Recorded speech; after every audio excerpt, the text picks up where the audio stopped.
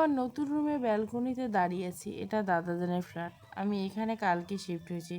আমি একা এখানে থাকছি না, আমার সাথে মালা আর আশিক সহ বাকি বডিগার্ডরা আছে। আমি এখানে আসার কারণ উনি নাকি দেশে ফিরবেন, কবে ফিরবেন জানি না, তবে কিছুদিনের মধ্যে হয়তো আসবেন। তাই দাদি আমাকে এখানে রেখেছেন যাতে আমি ওনার সামনে না পড়ি আর উনিও আমার কোনো ক্ষতি করতে না পারে। তাই আমি হোস্টেলে থাকতে চেয়েছিলাম, কিন্তু দাদা দাদি আমাকে নিয়ে কোনো রিস্ক নেবেন না বলে আমাকে এখানে রাখা। আচ্ছা, যদি ভুলবশত ওনার সামনে চলে আসি তাহলে কি উনি আবারও আমাকে মারবেন? আর উনি আমাকে এতটা ঘৃণা কেন করেন? আর যদি আমি ওনার কথা রাখতে না পারি, তো যদি ওনাকে দেখে নিজেকে ধরে রাখতে না পারি, তখন কী হবে? না, অনেক হয়েছে, আর না। আমি এতটা নিকৃষ্ট নয় যে ওনার কাছে ধরা দেব। এবার আমিও নিজের সাথে প্রতিজ্ঞাবদ্ধ, যাব না ওনার সামনে, যাই কিছু হয়ে যাক না কেন। দাদা দাদি আর আয়ান ভাইয়া ওরা তিনজন এসে আমাকে এখানে রেখে যায়। দাদি আর আয়ান ভাইয়া 2 মিনিট পর পর কল করে এটা সেটা বলছে। দাদি তো কথা বলার জন্য মধ্যে কান্না করে ফেলেছেন। আমাকে ছাড়া নাকি দাদির একা থাকতে কষ্ট হয়। এসব কথা দাঁড়িয়ে আকাশের দিকে তাকিয়ে ভাবছিলাম এক মনে। তখনই কলিং বেলের আওয়াজে ঘোর ভাঙে আমার। তাই বিরক্ত হয়ে চারপাশে চোখ বুলে আমি, এত সকালে কে আসবে এখানে? আর আমাকেই বা কে চিনে এখানে যে দেখা করতে আসবে? আবারও কলিং বেল বাজতে কপাল কুঁচকে এলো আমার। কে হতে পারে দেখার জন্য পা বাড়ালাম ফ্ল্যাটের মেইন দরজার উদ্দেশ্যে। দরজা খুলতে চোখে পড়লো আয়ান ভাইয়ের হাসি মুখ। ওনার গায়ে বাসার পরা লাল টি শার্ট আর কালো ট্রাউজার, চোখ মুখ হালকা ফোলা, মনে হচ্ছে ঘুম থেকে উঠে গাড়ি নিয়ে সোজা এখানে চলে এসেছে। ওনাকে দেখে বোকার মতো তাকিয়েছে আমি। উনি এ সময় এখানে কেন তা জানার জন্য প্রশ্ন করার আগে আয়ান ভাইয়া আমার হাত টেনে ধরে ভিতরে ঢুকতে ঢুকতে বলে ওঠে, মায়া পাখিকে ছাড়া কোনো কিছুই ভালো যায় না আমার, তাই মায়া পাখির সন্ধানে চলে এসেছি এই মায়ানগরে। চলো একসাথে নাস্তা করি, পরে তোমাকে আবার ভার্সিটি ড্রপ করে দিব। বলে আয়ান ভাইয়া আমার হাত ধরে ডাইনিংয়ে বসিয়ে দেয়। পরে মালাকে নাস্তা দিতে বলে আমার পাশের চেয়ারটা টেনে নিয়েও নিজেও বসে পড়ে। আমার প্লেটে নাস্তা দিতে দিতে স্বাভাবিকভাবে আবারও বলল, মায়া পাখি, তোমার সাথে যা হয়েছে আমি তা পুনরায় রিপিট করতে দিব না এবার। তাই তুমি হৃদকে নিয়ে কোনো ভয় পেও না, তোমার কিছু করবে না। এবার আমি ওর সাথে কথা বলবো। তোমাকে কিছুদিন হৃদের থেকে দূরে থাকতে হবে, কারণ হৃদের রাগটা বরাবর একটু বেশি। আর আমরা কেউ চাই না তুমি ওর রাগের বশবর্তী হও। তাই তোমাকে এখানে রাখা। আর তোমাকে আমি রোজ রোজ ভার্সিটি ড্রপ করে আসব। যদিও তোমার সাথে বডিগার্ড থাকবে, তারপরে আমি রোজ তোমার সাথে যাব। তাই এখন চুপচাপ বাথরুমের মতো নাস্তা করে রেডি হয়ে আসো, কেমন? আয়ান ভাইয়ের কথাগুলো শুনে নীরবে নিভৃতে একটা দীর্ঘশ্বাস ছাড়লাম। প্রফেসর ক্লাস করিয়ে চলছে, কিন্তু আমি ক্লাসে মনোযোগ দিতে পারছি না। কিন্তু কেন পারছি না, কারণটা আমার অজানা। আমার হাত পা ঠান্ডা হয়ে আসছে আর মাঝে মাঝে এক অস্থিরতা কাজ করছে। মনে হচ্ছে কিছু একটা হতে চলছে আমার সাথে। খুব আপন কেউ আসবে আমার কাছে ধরা দিতে, আমাকে সাজাতে। কিন্তু কে আসবে? আর কেই বা আছে আমার আপন বলতে? কে ধরা দিতে চায় আমার কাছে? আ- আমার এমন অস্থিরতা কেন হচ্ছে? আমাদের ক্লাস শেষ হতে একজন পিএ এসে আমাকে বলল যে দাদাজনের অফিস রুমে যেতে। স্যার এসেছেন, ওনার সাথে দেখা করতে ডেকে পাঠিয়েছেন আমাকে। আমায় আমি কোনো কথা না বাড়িয়ে চললাম দাদাজানের উদ্দেশ্যে, কারণ আমি জানি এ সময় দাদাজান আসবে আমার সাথে দেখা করে। আর 4 দিন ধরে ওনার থেকে দূরে থাকছি আমি, তাই দেখা করতে এসেছে আমার সাথে। কথাগুলো ভেবে হাসি মুখে অফিস রুমে দরজা ঠেলে ভেতরে ঢুকে চারপাশে চোখ বুলিয়ে দেখলাম রুমে কেউ নেই। তাই কৌতূহল চোখে আবারও চারপাশে ভালো করে চোখ বুলে তখনই চোখে পড়ে একটা লোক অফিস ড্রেসে দাঁড়িয়ে আছে, জানলার দিকে মুখ করে, দৃষ্টি তার বাহিরের দিকে স্থির, আর পকেটে 2 হাত গোজানো, গায়ের কোটটা পাশের চেয়ারে রাখা। তাহলে কি দাদাজান না আসে আয়ন ভাইয়া আমার সাথে দেখা করতে এসেছে? কিন্তু কেন? উনি তো সকালে আমাকে ড্রপ করে গেল। তাহলে হয়তো কোনো কাজে এসেছে, তাই আমার সাথে দেখা করতে চলে এসেছে। আমি অত শত চিন্তা ভাবনা না করে ওনার পেছনের চেয়ারটা টেনে বসে পড়ি আর ওনাকে উদ্দেশ্য করে বলি, আয়ন ভাইয়া, তুমি আমাকে এ সময় এখানে ডাকলে গো? আর দাদাজন কোথায়? আমার সাথে দেখা করতে আসে না কেন? নিজে এক হাতে গালে রেখে অন্য হাত দিয়ে টেবিলে আঁকিবুকি করতে করতে কথাগুলো বললাম। কিন্তু তখনও তিনি উল্টো দিকেই ভিড়ে নিশ্চুপ হয়ে দাঁড়িয়েছিলেন। উনি নিশ্চুপ থাকাতে আমি এক পলক ওনার দিকে তাকিয়ে আবারও সামনের দিকে টেবিলে তাকাই। সাথে সাথে আমার চোখ পড়ে ভিন্ন রকমের চকলেটের বাক্স, যা খুবই এক্সক্লুসিভ, দামি। বাংলাদেশে হবে বলে মনে হচ্ছে, হয়তো দাদাজান বাইরে গিয়েছিল তাই আমার জন্য নিয়ে এসেছেন। আমি আর কোনো কিছু চিন্তা না করে সব চকলেটগুলো একসাথে নিজের কাছে নিই। দাদাজানের টেবিলের উপর উঠে বসে মনোযোগ সহকারে চকলেট বের করতে করতে বললাম, আয়ন ভাইয়া, এসব চকলেটগুলো বক্স কি আমার? তুমি এনেছো আমার জন্য? বলে চকলেটগুলো নিজের মতো করে একটা একটা করে চকলেট খেতে লাগলাম। চকলেটগুলোর স্বাদ অন্যরকম ছিল বিধায় আমার খেতে কোনো সমস্যা হচ্ছিল না, উল্টে আরও মজা পাচ্ছিলাম। কিন্তু আয়ন ভাইয়ের কোনো ভাবান্তর না দেখে আমি আবারও বলি, ভাইয়া তুমি কথা বলছো না কেন? আমার দিকেও ফিরছো না? আবারও ওনার কোনো পরিবর্তন না দেখে আমি বিরক্ত নিয়ে একবার ওনার দিকে তাকিয়ে চকলেটের বক্স থেকে চকলেট বের করতে করতে বলে ওঠে, আয়ন ভাইয়া, এই রুম থেকে কেমন একটা চেনা চেনা গন্ধ আসছে আমার, নাকি নাকি তোমার থেকে আসছে এই চেনা গন্ধটা? কোথায় যেন এই গন্ধটা পেতাম আমি, আমার মনে পড়ছে না। তুমি বলো তো কোথায় পেতাম আমি এই গন্ধটা? চিন্তা সুরে হৃদ থেকে পরিচিত কণ্ঠের আমার মুখে থাকা অবশিষ্ট চকলেটের অংশটুকু পড়ে যায় টেবিলের উপর।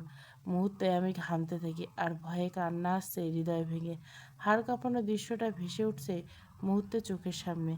আমার এতক্ষণ যে অস্থিরতা কাজ করছিল, সেটা কি তাহলে এই পরিচিত কণ্ঠের জন্য? উনি কি তাহলে ফিরে এসেছেন? এখন কি উনি আবার আমাকে পোড়াতে চাইবেন? আমি তো ইচ্ছে করে ওনার সামনে আসিনি, আর উনি তো এখনও আমার চেহারা দেখেনি। আমার চেহারা দেখলে উনি আমায় পুড়িয়ে ফেলবেন। আমি কি করব এখন? কে বাঁচাবে ওনার থেকে আমাকে?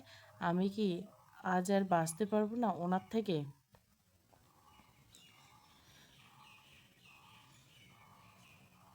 প্রচণ্ড ভয়ে আর অস্থিরতায় আমার কান্না চলে আসছে। এই মুহূর্তে আমার কি করা উচিত কিছুই বুঝতে পারছি না। আমি শুধু চাইছি কেউ এখন চলে আসুক আর আমাকে ওনার হাত থেকে বাঁচিয়ে নিয়ে যাক। আমি আমাকে কিছুতেই ঠিক রাখতে পারছি না। হাড় ভাঙানো কান্না আসছে আমার। তাই দু হাত দিয়ে নিজের ঠোঁট চেপে ধরে কান্না থামানোর চেষ্টা করছি। তারপর মাঝে মাঝে হিঁচকে উঠে যাচ্ছে। ওনার কোনো সাড়া শব্দ না পেয়ে আমি ওনার থেকে পালানোর জন্য ঠোঁট চেপে ধরে টেবিলের থেকে নামার জন্য একটু নড়ে উঠতেই ওনার পায়ের শব্দ আমার কানে আসে। আমার দিকে এগিয়েছেন। এবার আমি ভয়ে সিঁটিয়ে গেলাম। কা- কান্না ব্যাগটা আরও তেড়ে আসলো। তখনই উনি আমার দু পায়ের নিচ দিয়ে নিজের হাত ঢুকিয়ে আমাকে বসা অবস্থায় সম্পূর্ণ উপরে তুলে ফেলে। আমি দু পা ভাঁজ করে টেবিলের উপর বসে আছি, মুখ চেপে ধরা অবস্থায়। হঠাৎ করে আমি হাওয়ায় ভাসছি। বিষয়টা আমার বোধগম্য হলো না, তাই কান্না অফ হয়ে গেল। আর আমি কোথায় আছি সেটা দেখার জন্য পাশ ফিরে তাকাতেই ওনার গালের সাথে আমার নাক বাড়ি খেয়ে সাথে সাথে চোখ বড় বড় হয়ে গেল আমার। এখন কি হবে আমার? একের পর এক ভুল করেই যাচ্ছি আমি। এখন আবার ছুঁয়েও দিলাম। ভাবতে আবারও কান্না চলে আসলো আমার। আমার পিঠ ওনার বুকের সাথে মেশানো, আর ওনার মাথা আমার কাঁধের উপর রাখা, আর ওনার হাত দুটো আমার দু পায়ের নিচে দিয়ে ধরে রাখা। যেভাবে আমি বসেছিলাম ঠিক সেইভাবে আমাকে উনি উপরে তুলে নেন। আর আমি ভয়ে নিজের হাত দুটো দিয়ে সম্পূর্ণ মুখ ঢেকে কান্না করতে লাগলাম, এইভাবে যে উনি কি সত্যি এখন আমাকে পুড়িয়ে ফেলার জন্য নিয়ে যাচ্ছেন। হৃদ মায়াকে ওভাবে ধরে কিছু দূর হেঁটে রুমের একপাশে সোফার উপর বসে পড়ে। পরে মায়াকে নিজের কোলের উপর আরাম করে বসিয়ে দেয়। স্থির দৃষ্টিতে মায়াকে পর্যবেক্ষণ করতে লাগলো। মায়া আরও ভয়ে সিটিয়ে আছে। ওর কান্না করছে। মায়ের কান্না থামানোর চেষ্টা করছে না হৃদ, আর না ভয় ভাঙানোর চেষ্টা করছে হৃদ। জানে এই মুহূর্তে মায়া আরও বেশি ভয় পাবে যদি সে দু একটা করে এখন তো। তাই মায়াকে মায়ের মতো থাকতে দিয়ে শান্ত দৃষ্টিতে পর্যবেক্ষণ করে চলছে ওকে।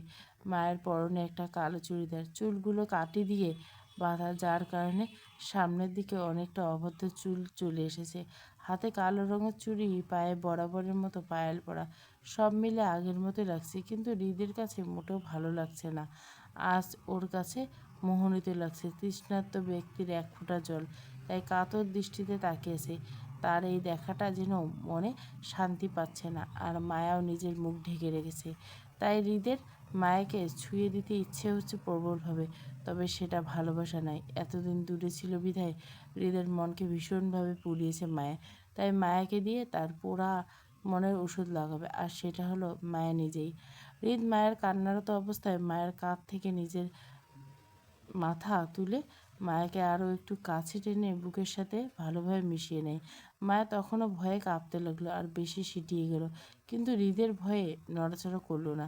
হৃদ মায়াকে নিজের সাথে মিশিয়ে রেখে এক হাত দিয়ে মায়ের গায়ের ওড়না খুলতে লাগলো আলতো হাতে। ওড়না টান পথে মায়ের নড়ে চড়ে উঠে, আর সাথে হৃদ শব্দ করে মায়াকে থামিয়ে দেয়। মায়ের গায়ে জড়ানো ওড়নাটা খুলে একপাশে রাখে, দু হাতে মায়ের পেট ঝাপটে ধরে বেঁধে মায়ের গলায় মুখ গোজাতে। মায়া কেঁপে উঠে নিজের দু হাত মুখ থেকে সরিয়ে হৃদের হাতের উপর রাখে, আর বোঝার চেষ্টা করছে হৃদ কী করতে চাইছে ওর সাথে। হৃদ মায়ের গলার মাঝ বরাবর তিলটায় ঘাড়ভাবে নিজের ঠোঁট চেপে ধরে কিছুক্ষণ পরে সাথে সাথে খুব জোরে কামড় বসায় মায়ের গলায়। মায়া এবার ব্যথায় ভয়ে করে কান্না করে দেয়। আবার হৃদের কথা মনে পড়তে আবার নিজের হাত দিয়ে মুখ চেপে কান্না আটকানোর চেষ্টা করছে হিসকে তুলে। হৃদ মায়ের কান্নার আওয়াজ শুনে মায়ের কানের কাছে ধীর ভয়েছে ফিসফিস করে বলে, নাও, দিলাম তোমার লাভ বাইট, কিন্তু আমাকে যে এতদিন পোড়ালে না, করার শর্ত, আর তার শাস্তি হিসেবে তোমাকে পিষে ফেলি নিজের সাথে। তোমাকে এবার নিজের সাথে পিষে ফেলার জন্য এসেছি। এবার আর না তোমাকে ছাড় দিব, না দিব নিজেকে। আর যেখানে নিজের ছাড় দিব না, সেখানে তো অন্য কাউকে দেওয়ার প্রশ্নই ওঠে না। পিষে ফেলার কথাটা কানে আসতে মায়ার আর কিছু ভাবতে পারেনি, সাথে সাথে ঢুলে পড়ে হৃদের বুকে। হে মায়া প্রচণ্ড ভয়ে জ্ঞান হারায়। মায়া জ্ঞান হারাতে হৃদ মায়াকে ওইভাবে কিছুক্ষণ চেপে ধরে বসে থাকে। পরে মায়াকে সোফায় শুয়ে দিয়ে আশিককে কল করে। নিজের রুমে বিছানায় উবির হয়ে শুয়ে আছি আমি।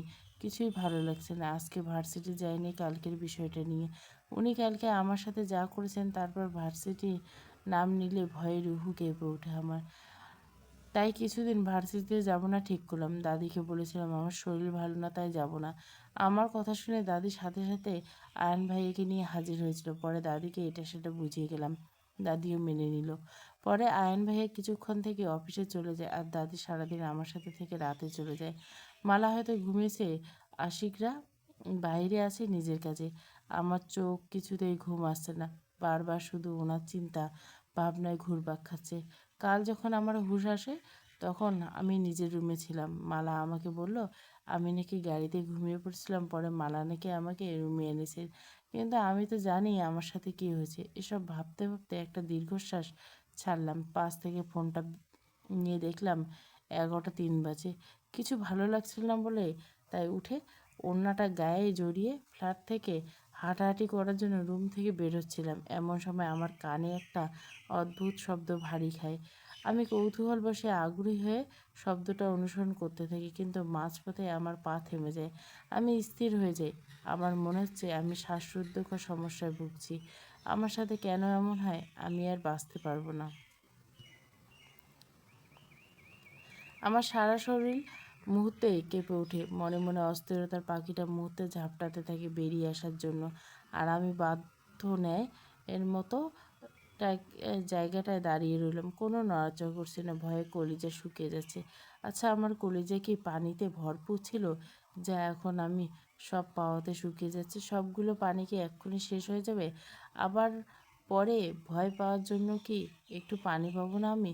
এবার ভয়ে ভয়ে সাথে সাথে কষ্টও লাগছে, এ ভেবে যে আমার কলিজায় সব পানি শেষ হয়ে যাচ্ছে, পরে আমি ঠিক করে ভয়ও পেতে পারবো না। আমার এত কষ্ট কেন? আমি এত কষ্টে আমি কই রাখবো? বালিশের নিচে রাখবো, নাকি কাপড়ের সাথে বাজ করে কবরে রেখে দেবো? আমার এমন সব চিন্তা ভাবনার মাঝে কারো পায়ের শব্দে কেঁপে উঠে আমি। মুহূর্তে মনে পড়ে গেল আমার ভয়ের কথা। আমি মাথা উঁচু করে তাকাতেই চোখে পড়লো আমার গুণধর স্বামীকে। রিভলভার হাতে দাঁড়িয়ে আছে আমার সামনে। ওনার হাতে রিভলভার দেখে আমি মুহূর্তে থমকে গেলাম। একবার ওনার দিকে তো আরেকবার রিভলভারের দিকে তাকাচ্ছি। কী করবো বুঝতে পারছি না। ভয়ে আমি ঘামতে শুরু করলাম। ওনার এক হাত পকেটে গুজিয়ে অন্য হাত দিয়ে আমার দিকে বন্দুকটা তাক করে রেখেছেন। ভয়ে আমার কান্না চলে আসতে আমার সাথে কেন এমন হয়? যতই দূরে যায় না কেন ঘুরে ফিরে ওনার সামনেই পড়তে হয় আমাকে। আজকে রুম থেকে বের না হলে কি এমন হতো? এমন কিছু হবে জানলে আমি সারা জীবন রুমের ভিতরে কাটিয়ে দিতাম, তবু ওনার সামনে আসতাম না। আজকে আমার শেষ রাত, আমি আর ওনার থেকে বাঁচতে পারবো না আজকে। আমি অশ্রুসিক্ত চোখে ওনার দিকে তাকিয়েছি। উনি ধীর পায়ে এক পা করে আমার দিকে এগিয়ে আসছেন, বন্দুক তাক করে। আর আমি ভয়ে ভয়ে এক পা করে পিছিয়ে যাচ্ছি। যেতে যেতে আমার পিঠ দেওয়ালের সাথে ঠেকে উনি এগিয়ে আস্তে আস্তে আমার একদম কাছে চলে এসে পরে এক হাত আমার পাশে স্লাইডে দেওয়ালে রেখে আর একটা ঝুঁকে ডান হাতে থাকা বন্দুকটা আমার কপাল বরাবর রাখে। আমি ওনার এমন কাজে বরাবরই কেঁপে উঠি। তাহলে সত্যি কি উনি আমাকে মেরে দিবেন?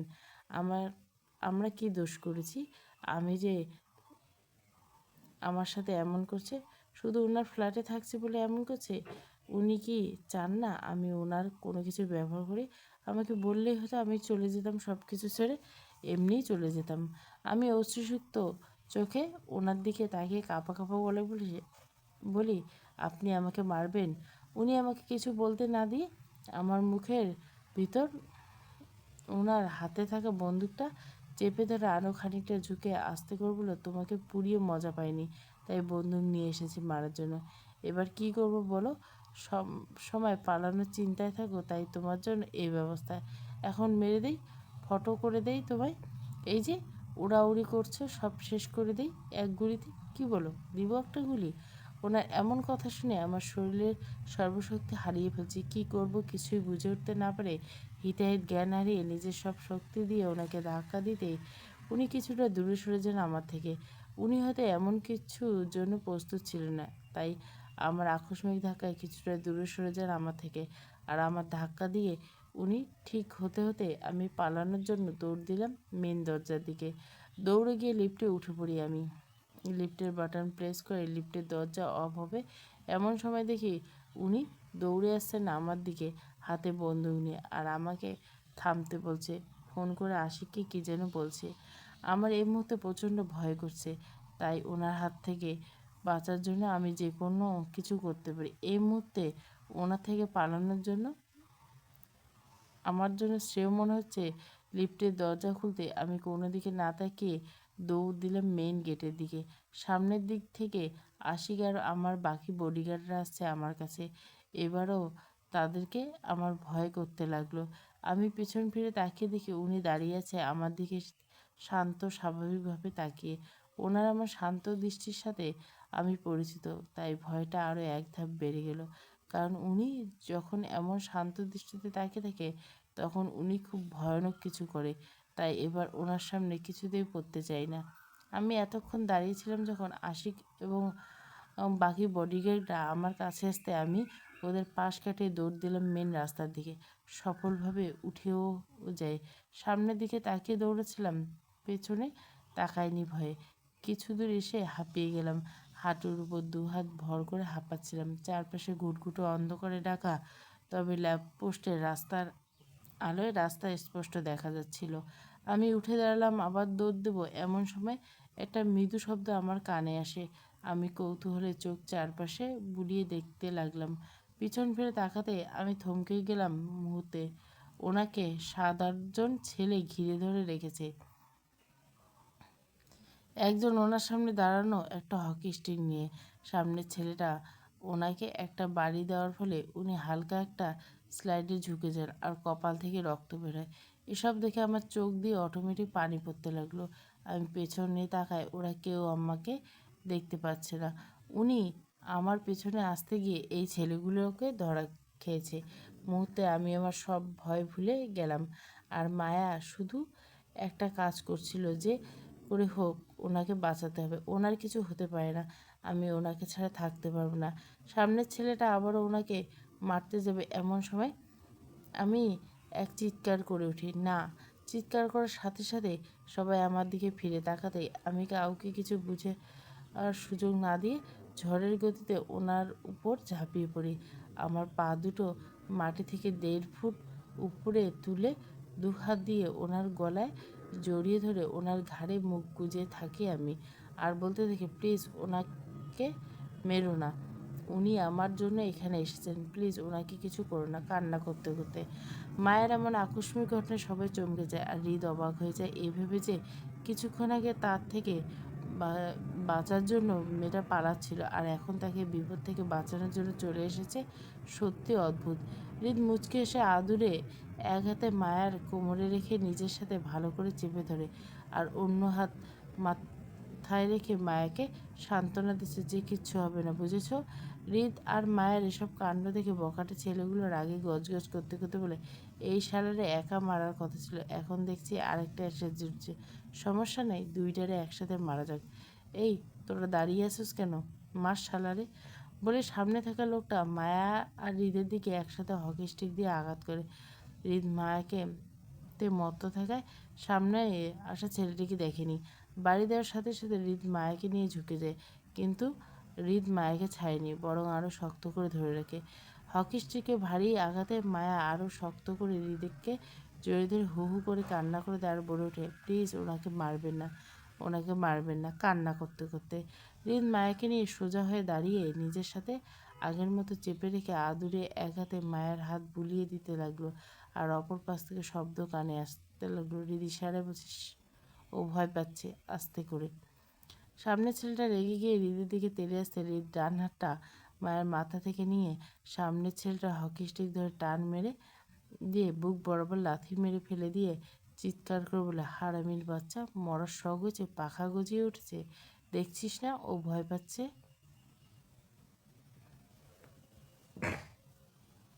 নিচে পড়ে থাকা ছেলেটাকে দেখে পাশ থেকে অন্যজন রেগে গজগজ করতে বলল, ভেবেছিলাম তোকে মারবো শুধু, কিন্তু এখন তো মধুমালও যোগ হয়েছে। ছেড়ে দে, কীভাবে বল? তোকে মেরে তোর মধুমালকে নিয়ে আজকে পার্টি হবে, চিন্তা করিস না, ওকে খুব আদর করবো আমরা সবাই মিলে। আর ওকে না ছেলেটা থামে না, এইটুকুতে থামাতে থামতে হচ্ছে, কারণ ছেলেটা পুরুষাঙ্গ আর ঠোঁট বরাবর লুটিয়ে পড়ে মাটিতে, কারণ হৃদ এতক্ষণ নিজের করা আঘাত সহ্য করলো, মায়াকে সম্পর্কে বাজে কথা সহ্য করতে পারেনি। তাই সে মুখে বলেছে, আর যেটাকে নিয়ে ইঙ্গিত করছে সে দুটো স্থানগুলো তো গুলি করেছে। হৃদ চোখ দুটো রক্তলাল করে মায়াকে এক হাতে আগের মতো জড়িয়ে ধরে, আর অন্য হাত বন্দুক তাক করে রাগে রিরি করে দাঁত করতে করতে দাঁতে দাঁত চেপে বলে, এত সোজা, সব কিছু এত সোজা? এখানে আসার আগে হৃদ খান সম্পর্কে খোঁজ নিয়ে চলে এলি, যাকে দেখার অনুমতি আমি কাউকে দেইনি, সেখানে তোরা এমনি এমনি কথাগুলো বলে ফেলি। হৃদ খান জীবনে প্রথম কাউকে মাফ করবে বলে ঠিক করেছিল, কারণ তোদের জন্য ও আমার কাছে এসেছে তাই, কিন্তু তোরা তাকে ভয় দেখাচ্ছিস। আজকে আমি তোদের কলিজা মেপে দেখব কত বড় হারামির বাচ্চা। আমাকে মারতে মাত্র 7 জন এলি, তোদের বস বড্ড কাঁচা খেলোয়াড়, মাত্র 7 জনকে পাঠালো হৃদ খানকে মারার জন্য, ভেরি ব্যাড। কিন্তু আমি কাঁচা খেলোয়াড়দের সাথে খেলে নিজের পার্সোনালিটি নষ্ট করি না। আর রইল তোদের কথা, তো আমি আমার বানানোর রুলসেই ঠিক রাখলাম যে কাউকে ক্ষমা করা ব্যাড ম্যানার্স, জানি তো? বাঁকা হাসে নিচে পড়ে থাকা ছেলেটা এবার উঠে সামনে দাঁড়িয়ে রেগে মুখে বলে, জানি তো, জেনেই এসেছি, তোকে একা পেয়েছি বলে আজকে তোকে শেষ করে দেব, আর আমরা 7 জনে কাল হয়ে এসেছি তোর। ওই দাঁড়িয়ে আছিস কেন, শালারে ধর। ছেলেগুলো এগিয়ে হৃদের দিকে এগিয়ে আসতে হৃদ ওদের দিকে হাতের ইশারায় থামতে বলে, পরের রাগে শক্ত গলায় বলল, এই ব্যাড বয়ের বাচ্চারা, যেখানে আছিস ওইখানে থাক, দেখছিস না আমার বউ ভয় পাচ্ছে? আগে ওকে সান্ত্বনা দিয়ে নেই, তারপর নড়াচড়া করবি, বুঝেছিস? আমার বাচ্চা বউ সব কিছুতে ভয় পায়, কী করি বলতো? আর এমনিতে তো তোরা মরবি, কিন্তু তোদের কারণে আমার বাচ্চা বউ যদি আরও ভয় পায়, তো আই সোয়ার আমি কি করব তোরা চিন্তাও করতে পারবি না। হৃদের কথায় আবারও রেগে সামনের ছেলেটা বলল, কি করবি তুই? তুই একা কি করবি আমাদের? হৃদ মুহূর্তে বাঁকা হেসে বলল, সেই আমার সম্পর্কে খোঁজ না নিয়ে চলে এলি? সিংহ দল হয়ে বেঁধে থাকলে, সিংহ একা থাকলেও সিংহ থাকে, তার তেজ কমে যায় না, তাই চুপচাপ দাঁড়িয়ে থাক, আমি আগে আমার লক্ষ্মী বউকে বুঝিয়ে নিই। বলে হৃদ মায়ের মাথায় আদুরে এক হাত বুলিয়ে দিতে লাগলো, আর মায়া হৃদের গলা ছাড়ছেই না, নিচে নামছে এমনকি পা দুটোও না। ভয়ে সিঁটিয়ে আছে, হৃদকে হারানোর ভয়ে জেঁকে বসেছে তার মনে। তাই আগের ন্যায় বলে, শুধু একই বলি আওড়াচ্ছে। হৃদের গুলির শব্দে কেঁপে উঠতে হৃদকে আরও শক্ত করে জড়িয়ে ধরে কান্নার বেগ বেড়ে ওঠে। একসময় হিচকির পরিমাণ বেড়ে যায়। হৃদ মায়ের মাথায় আদুরে এক হাত বুলিয়ে দিতে দিতে বলল, সোনা, ভয় পায় না, দেখ সব ঠিক আছে। আর আঙ্কেলরা তো আমার সাথে দুষ্টুমি করতে এসেছে, তাই ওনারা আমার সাথে ঢিসুম ঢিসুম খেলে চলে যাবে একেবারের জন্য, আর আসবে না আমাদের ডিস্টার্ব করতে। তুমি টিভিতে দেখো না টম অ্যান্ড জেরি কীভাবে ঝগড়া করে খেলে, আঙ্কেলরাও আমার সাথে ঝগড়া খেলবে। তাই তুমি লক্ষ্মী সোনার মেয়ের মতো গাড়িতে গিয়ে বসো, ঠিক আছে? আমি তোমায় আঙ্কেলদের সাথে ঝগড়া খেলে আসি, চলো। হৃদের কথায় মায়ের ভয় কিছুটা কমে গেল। হৃদ আঁকড়ে ধরে মাথা না উঠে বলে, তাহলে আমিও দেখবো ঝগড়া খেলা। আমি তো টিভিতে অনেক দেখছি টম অ্যান্ড জেরির খেলা, তবু আপনাকে ছেড়ে যাব না। হৃদ মায়ের মাথায় হাত বুলিয়ে দিতে দিতে করুণ করে বলল, প্লিজ সোনা, এমন করে না। হৃদের কথায় মায়া চটপট করে বলল, না, জেদ ধরে। অবজ্ঞায় হৃদ আর কোনো উপায় না পেয়ে মায়ের ঘাড়ে জোরে চাপ দিতে মায়া আপ করে বেহুশ হয়ে যায়। হৃদ ঘাট করে তাকে। হৃদ যত্ন সহকারে মায়াকে ঘাট থেকে নামিয়ে কোলে করে গাড়ির ভিতরে রাখলো। হৃদ ছেলেগুলোর সামনে এসে হাতে থাকা বন্দুকটা এক সাইডে রেখে তারপর গুন্ডাগুলোর উদ্দেশ্যে বলে, তোদের যা আছে তা দিয়ে হবে, অবজ্ঞা আমারটা কেন নষ্ট করব, চল শুরু করা যাক। হৃদের কথা শেষ হতে সামনে থাকা ছেলেটি পাশের ছেলেটির হাত থেকে একটা ধারালো ছুরি নিয়ে তেড়ে এসে হৃদকে আঘাত করতে যাবে। হৃদ স্বাভাবিকভাবে কিছুটা সাইডে সরে এসে ছেলেটার হাত থেকে সাথে সাথে একটা মোচড় দিয়ে ছুরিটা কেড়ে নেয়। পরে শান্তভাবে তাকিয়ে থাকে। স্বাভাবিকভাবে ছেলেটার হাতের নিচে থেকে হাতে ছুরিটা বসাতে বসাতে উপরে উঠে থাকে। ছেলেটা চিৎকার করে যাচ্ছে। হৃদ ছেলেটার মুখের দিকে তাকিয়ে সাথে সাথে দক্ষ হাতে ছুরি বসায় ছেলেটার গলায়। তারপর ছেলেটাকে তেড়ে দিতে পাশ থেকে আরও একটি ছেলে তেড়ে আসে হৃদের দিকে। হৃদ ছেলেটির গলা বরাবর ছুরি মারে, সাথে সাথে ওই ছেলেটিও মাটিতে ঢলে পড়ে। হৃদ এগিয়ে এসে মাটি থেকে দুটো ছুরি তুলে নেয় আর বাকি চারজনকেও দক্ষ হাতে সবাইকে মারতে আশিক ও হৃদের নিজের বডিগার্ড হাজির হয়। হৃদ ওদের দিকে এক পলক তাকিয়ে নিজের হাত ধুয়ে দিয়ে বলে, হাফ অ্যান আওয়ার সময় দিলাম, মাটি চাপা দিয়ে দিবে আর রাস্তাটা পানি দিয়ে ধুয়ে দিবে। আশিক, আমার সাথে চল, তোর ম্যাডামকে ডক্টর দেখাতে হবে, মায়া ব্যথা পেয়েছে বলে হৃদ গাড়ির মধ্যে মায়ের সাথে পিছনে বসে পড়ে। মায়াকে শোয়ার থেকে বসিয়ে এক হাত জিরিয়ে ধরে শান্তভাবে পরে মায়াকে এক পলক দিকে নিজের চোখ বন্ধ করে সিটে গা এলিয়ে দেয়। হৃদের মাথায় এখন অন্য চিন্তা, যা কেউ জানে না। হাসপাতালের কেবিনে ভিতরে অজ্ঞান অবস্থায় বেডে শুয়ে আছে মায়া। তার পাশের সিটে বসে আছে হৃদ। তার সাথে রয়েছে একজন ডক্টর, যিনি হৃদকে ব্যান্ডেজ করে দিচ্ছে। হৃদের কপালে আর হাত অনেকটা লেগেছে যেখানটায় ব্যান্ডেজ করে দিচ্ছে ডাক্তার, কিন্তু হৃদের সেখানে মনোযোগ নেই। সে এক দৃষ্টিতে তাকিয়েছে মায়ের মুখের দিকে। যদিও মায়ের কোনো ক্ষতি হয়নি, জাস্ট অজ্ঞান হয়েছে। তখন মায়া পিট করে চোখ খুলে সামনে তাকার দিকে। জায়গাটা বেশ পরিচিত মনে হয়, প্রথমে বুঝতে পারিনি। 1 মিনিট সময় নিয়ে ভাবার পর সব কিছু মনে পড়ে গেল তার। তার মুহূর্তে উত্তেজনা হয়ে সামনে তাকায়, সাথে সাথে দেখতে পেল আশিককে। আশিক কেবিনের এক কোণায় দরজার পাশে দাঁড়িয়েছে, তবে সেটা মায়ের জন্য সামনে ছিল। মায়া উত্তেজিত হওয়ার কারণে আর আশেপাশে তাকানোর প্রয়োজন বোধ করেনি।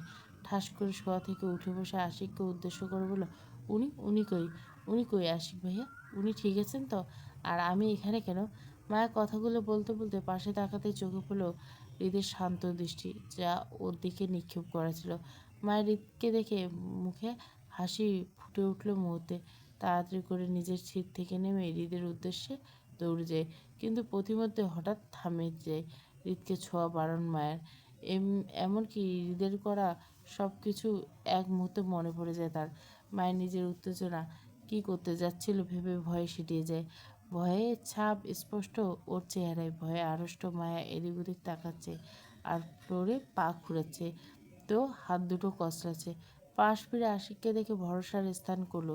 তাই কোনো দিকে চিন্তা না করে দৌড়ে গিয়ে আশিকের পিছনে লুকিয়ে পড়ে না ধরে। আশিক পেছন থেকে কিছুক্ষণ পরপর উঁকি মেরে হৃদকে দেখছে। মায়ের হঠাৎ এমন কাজে আশিক ভ্যাবাচ্যাকা খেয়ে একবার মায়ের দিকে তাকায়, তো সামনের দিকে হৃদের দিকে করুণ চোখে। আশিক বুঝতে পারছে যে তার পাতানো বোন এই মুহূর্তে তার গুণধর স্বামীকে ভয় পাচ্ছে, তাই বলে তার পিছনে লুকাবে।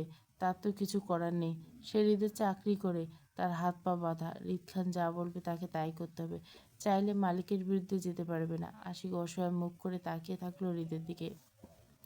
হৃদ মায়ের হঠাৎ এমন করার কাজে একদম অবাক হয়নি, কারণ সে জানতো এমন কিছু হবে। ওই যে হৃদকে জড়িয়ে ধরেছিল গুন্ডাগুলো ভয়ে, হৃদ গুন্ডাগুলোকে আঘাত করেছিল দেখে মুহূর্তে নিজের ভয়ের কথা ভুলে যায়। হৃদের উপর ঝাঁপিয়ে পড়েছিল বাঁচাতে, যাতে ওরা হৃদকে আঘাত না করে। তাই সবটা বুঝতে পারছে হৃদ, তাই সে আপাতত কিছু বলছে না, আর না অন্য কোথাও তাকাচ্ছে, শুধু এক দৃষ্টিতে মায়ের দিকে তাকিয়েছে। মায়া বারবার আশিকের পিছন থেকে উকি দেওয়ার কারণে বারবার দুজনে চোখাচোখি হয়। মায়া ভয়ে আবারও লুকিয়ে পড়ছে, তো পুনরায় আবার উকি দিচ্ছে, উকি মারছে দেখার জন্য। বিষয়টা দারুণ লাগছে হৃদের কাছে। সে জানে মায়া কেন বারবার উকি দিচ্ছে, ভয়ে তার সামনে আসতে পারছে না, কিন্তু সে ঠিক আছে কিনা দেখার জন্য বারবার উকি মেরে চাইছে। তাই হৃদ শান্ত দৃষ্টিতে তাকিয়েছে মায়ের দিকে। হৃদের এমন শান্ত দৃষ্টি উপেক্ষা করে হুড়মুড় করে কেবিনে ঢুকলো খান বাড়ির সবাই। বেশ উত্তেজনার সাথে চাপা কান্না এগিয়ে আসলো মিসেস হেনা খান। হৃদকে জড়িয়ে ধরে কান্না করে দেয়। তিনি উত্তেজিত করে বললেন, তুই ঠিক আছিস সোনা বাবা? ডক্টর আমার সোনা বাবার বেশি লাগেনি? ও তাড়াতাড়ি ঠিক হয়ে যাবে তো? বুকে জড়িয়ে। না তেমন কিছু না, ওনার হাতে আর কপালে একটু লেগেছে, যদিও হাতের কাঁটাটা একটু গভীর, কিন্তু রেস্ট নিলে ঠিক হয়ে যাবে ইনশাআল্লাহ। হেনা খান আর কিছু বলবে, তখনই পাশ থেকে আরাফ খান থামিয়ে দেয় হাতের ইশারায়, আর ডাক্তারকে উদ্দেশ্য করে বলে, ডাক্তার আপনি আমার সাথে কেবিনের বাইরে আসুন, আপনার সাথে হৃদ সম্পর্কিত কিছু কথা বলা আছে। ডাক্তার বাইরে যেতেই হৃদের ফুপাফুপি এগিয়ে আসে হৃদের দিকে, আর হেনা খান থেকে ছাড়িয়ে নিতে নিতে আদুরি করে বলে, বাবা তোর অ্যাক্সিডেন্ট হলো কীভাবে? আর তুই তো বডিগার্ড ছাড়া কোথাও যাস না, তাহলে আজকে গেলি কেন? হলো তো বিপদ। আদুরে হাত বুলাতে বলতে পাশ থেকে আয়ান তার মাকে উদ্দেশ্য করে বলে, মা, ওকে একটু বলতে দাও তো যে কি হয়েছে ওর সাথে। তোমরা একের পর এক প্রশ্ন করে যাচ্ছ তো। ভাই হৃদকে উদ্দেশ্য করে, এত এক্স্যাক্টলি কী হয়েছে তোর সাথে? অ্যাক্সিডেন্ট তো দেখে মনে হচ্ছে না, আমার তো মনে হচ্ছে অন্য কিছু। আশিক যখন আমায় কল করেছে তখনই বুঝতে পেরেছিলাম কী একটা হয়েছে, নয়তো ও আমাকে এত রাতে কল করতো না। তাই চুপচাপ না থেকে বল কী হয়েছে। হৃদ সবাইকে ঘিরে ধরছে।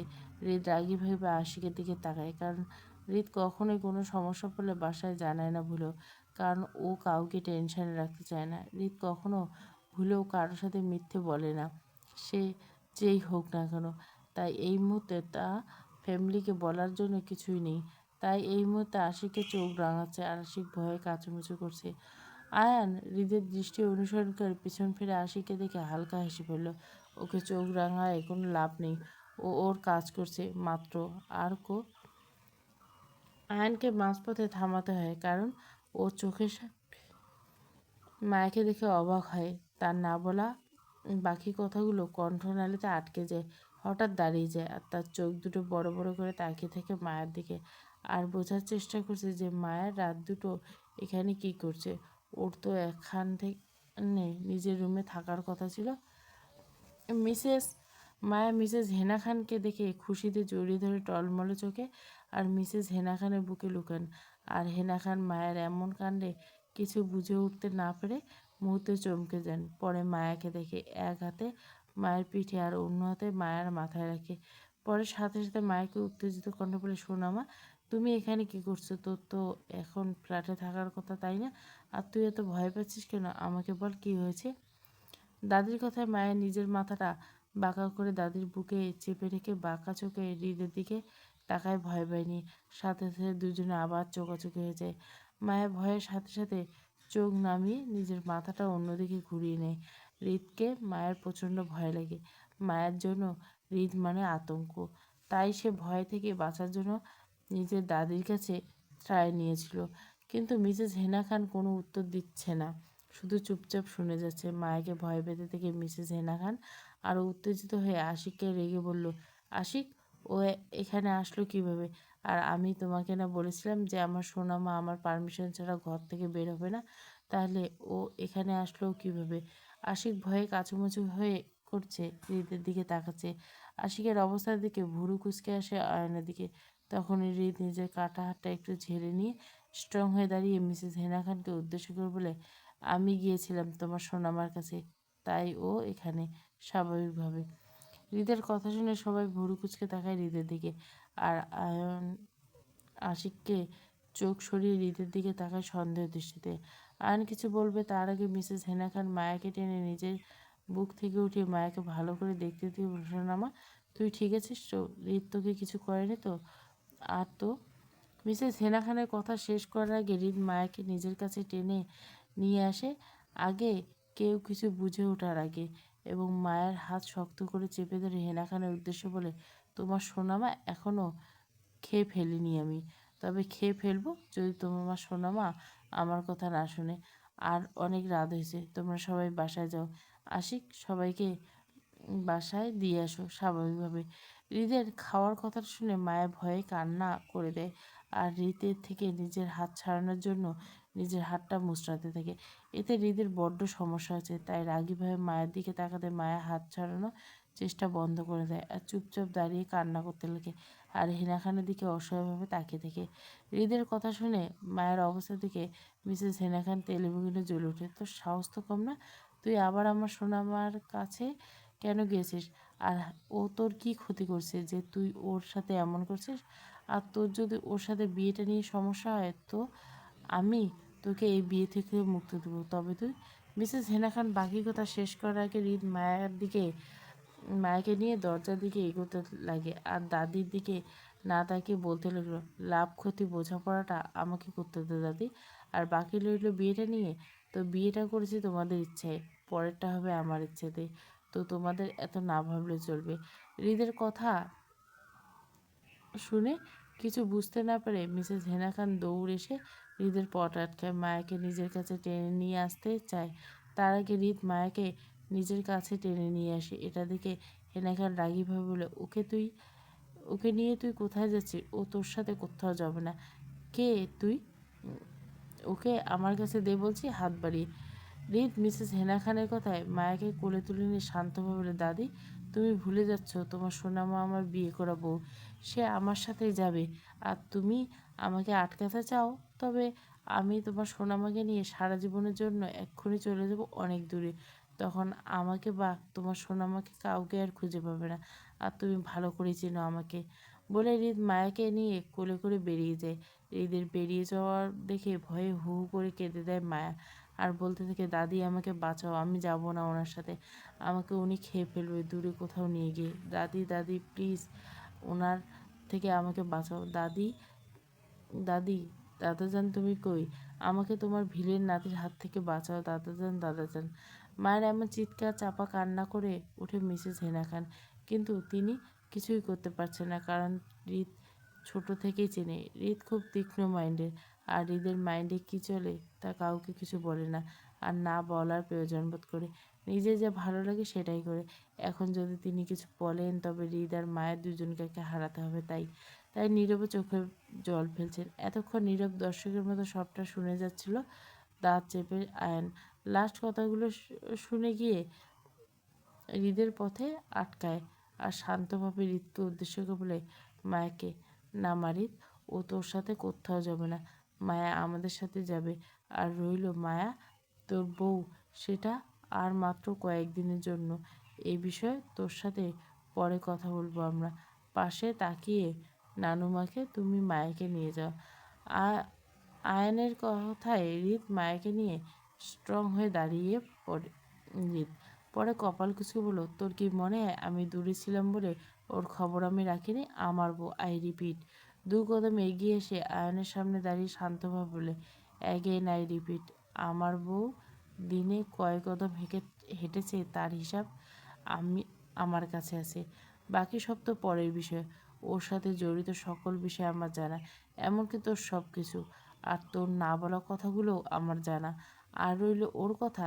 একটু ঝুঁকে আস্তে করে আয়নকে বলল, ওকে আমি আমার অনুমতি ছাড়া এক গ্লাস পানি পর্যন্ত খাওয়ার পারমিশন দিইনি, কখনো সব কিছু আমার সামনেই হয়েছে, আর আমি নিজের বউকে যদি ছাড় না দিই বাকি সব তো পরের বিষয়, বলে সোজা হয়ে দাঁড়িয়ে মায়াকে নিয়ে এগোতে লাগলো। তখনই আয়ানের ডাক হৃদের কানে আসতে পেছন ফিরে না তাকিয়ে সামনের দিকে হেঁটে যেতে যেতে আয়ানকে উদ্দেশ্য বলে, নো মোর ওয়ার্ড। আয়ান শান্তভাবে বলে হৃদ মায়াকে নিয়ে হাসপাতাল থেকে বের হয়ে আসলো। আর সবাই হৃদের যাওয়ার দিকে তাকিয়েছে। হৃদ গাড়ির সামনে যেতেই হৃদের বডিগার্ড এসে পেছনের দরজা খুলে দেয়। হৃদ এক প্রকার মায়াকে গাড়ির ভিতর ছুঁড়ে মারে। মায়া পেছনের সিটে হুমড়ি খেয়ে পড়ে এলোমেলোভাবে। মায়া নিজেকে ঠিক করার আগে হৃদ এসে ওর পাশে বসতে শুরু করে। তখনই ড্রাইভার গাড়ি চালাতে শুরু করে অজানা গন্তব্যের উদ্দেশ্যে। আর মায়া হৃদের ভয়ে জড়সড় হয়ে আছে। সিটের এক কোণায় গিয়ে গুটিসুটি মেরে বসে আছে আর চোখের কোণায় হৃদকে বারবার দেখাচ্ছে আর ভয় পাচ্ছে। না জানি হৃদ এরপর কি করে ওর সাথে, কোথায় নিয়ে যাচ্ছে ওকে। প্রচণ্ড ভয়ে সিটিয়ে যাচ্ছে মায়া। একটু সাহস জুগিয়ে কাঁপা কাঁপা গলায় হৃদকে উদ্দেশ্য করে বলে, আমি আর ভুল করব না, তবু আপনি আমাকে খাবেন না? আমি আর একটু বড় হয়ে নেই না, তারপর না হয় খেন। দাদি বলে আমি নাকি ছোট, ছোট মানুষ খেয়ে আপনি স্বাদ পাবেন না, তাই আর কি। আচ্ছা, আপনি কি আমাকে টমের মতো টপ করে গিলে ফেলবেন, যেটা টম জেরিকে টপ করে পেটে ভিতরে রেখে আবার পুনরায় বের করে দেয়? আর মায়ের কথা শেষ করার আগে হৃদ মায়ের দিকে না থেকে ফোন চালাতে চালাতে বলল, আমার ছোট মানুষ খেতে ভালো লাগে, ছোট মানুষ খাওয়ার স্বাদ আলাদা, তাই তো তোমাকে খাবো আমি। আর আমি তোমাকে গিলে ফেলবো ঠিকই, কিন্তু পুনরায় আবার বের করবো না পেট থেকে। আজকে তুমি শেষ। গম্ভীরভাবে হৃদের কথা শুনে মায়া নিজের কষ্টটা চেপে রাখতে পারে না, হু হু করে কান্না করে দেয় দু হাতে নিজের মুখ ঢেকে। হৃদ বিরক্তি নিয়ে তাকে খানিকটা রেগে বলে, তুমি কি চাও, আমি তোমাকে এক্ষুনি খেয়ে ফেলি? তোমার কি আমার পেটে যাওয়ার তাড়া বেশি? আর যদি কান্নার একটু আওয়াজ আমার কানে আসে, তবে আই সোয়ার আমি এক্ষুনি তোমাকে খেয়ে ফেলবো। এখন তুমি বলে কি চাও? দাঁতে দাঁত চেপে হৃদের কথা শুনে মায়া করুণ কণ্ঠে বলে, একটু পরেই তো আমাকে খেয়ে ফেলবেন, আপনার পেটের ভিতর তো আমাকে পুড়ে ফেলবেন, তাই এখন একটু কাঁদেনি। কাল তো আর কান্না করতে পারবো না, তাই এখন একটু আমার কষ্টে কান্নাটা কেঁদে নিই অশ্রুসিক্ত নয়নে। বলে মায়া নিজের কান্না মায়া মনোযোগ দিবে তার আগে হৃদের সোজা ছুটে যাবে। কোনো কান্না চলছে না, ব্যাস। না মানে না, সোজা চুপচাপ বসে থাকো, কোনো কষ্টই কান্না চলবে না। Just shutter down your mouth, get it. ধমকের সূত্রে বলে হৃদ নিজের কাজে মনোযোগ দিলে ফোন টিপতে লাগে। আর মায়া হৃদের কথা শুনে নিজের কষ্ট কান্নাটাও কাঁদতে পারছে না, তাই নীরবে চোখের জল ফেলছে। আর মায়া হৃদের ভয়ে সিটিয়ে আছে আর নড়াচড়া করছে না। হৃদের ভয়ে চুপচাপ থেকে নিজের মাথাটা নিজের হাঁটুর মধ্যে গুজিয়ে নিয়ে কান্না করতে লাগলো। আর গাড়ি চলতে লাগলো অজানা গন্তব্যের দিকে। মায়া যতটা বিচলিত, হৃদ ততটাই শান্ত। হৃদের মাথায় চলছে, শুধু হৃদেই জানে। মায়ের সাথে আজ কী হতে চলছে সেটা শুধু হৃদেই জানে। মায়া এক রুমের কোনায় বসে দীর্ঘ 1 ঘন্টা যাবৎ কান্না করে চলছে, দুঃখে কষ্টে ভয়ে সিটিয়ে। আর মায়া হিসকি তুলে তুলে কান্না করে চলছে আর বারবার হাত দিয়ে চোখের পানি মুছতে আর চোখে হৃদকে দেখছে। হৃদ মায়ের এমন কাণ্ড দেখে 1 ঘন্টা যাবৎ দেখে চলছে শান্ত দৃষ্টিতে। মায়ের ঠিক সামনে সোফায় আরাম করে বসে এক দৃষ্টিতে তাকিয়েছে মায়ের কান্না ভরা ফোলা মুখের দিকে। হৃদ আর কিছুক্ষণ তাকিয়ে তাকার পর মায়ের দিকে দৃষ্টি রেখে তার বডিগার্ড আশিককে ডাক দেয় চিৎকার করে। হৃদের ডাক শুনে মায়া মুহূর্তে কেঁপে ওঠে আর সাথে সাথে রুমে ঢুকে পড়ে আশিক। হতভম্ব হয়ে হৃদের সামনে যেতে বলে, ভাই। আসিফের ডাক কানে আসতে হৃদ তার দৃষ্টি সরিয়ে আসিফের দিকে তাকায়। পরে ঝটপট উত্তরে আসিফকে উদ্দেশ্য করে বলে, আসিফ, তোর ভাবির জন্য একটা বড় পাতিলে করে ফুটন্ত গরম পানি আনবি আর অন্যটাতে ঠান্ডা পানি। আর তোর ভাবির থেকে বড় একটা লাঠি আনবি, বুঝেছিস? আর এই বউ, তোমার হাইট জানি কত? 5 ফুট না তুমি? মায়াকে উদ্দেশ্য করে ভুরু কুচকে, হ্যাঁ।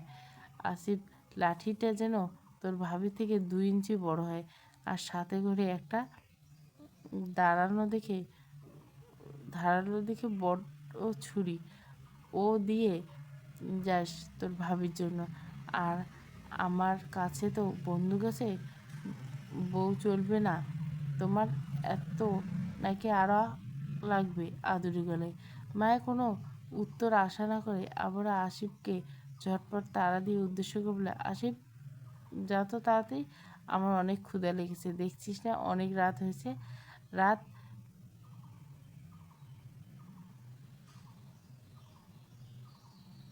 4:18 বাজে, যা তাড়াতাড়ি সবগুলো নিয়ে আয়। আসিফ হৃদের কথায় কিছু বুঝে উঠতে না পেরে নিজের মাথা নাড়িয়ে সম্মতি জানায়। পরে এক পলক মায়াকে দেখে নিজের মতো হেঁটে চলে যায় হৃদের দেওয়া কাজ সম্পূর্ণ করতে। হৃদের কথা শুনে মায়া নিজেকে আরও গুটিয়ে নেয় ভয়ে।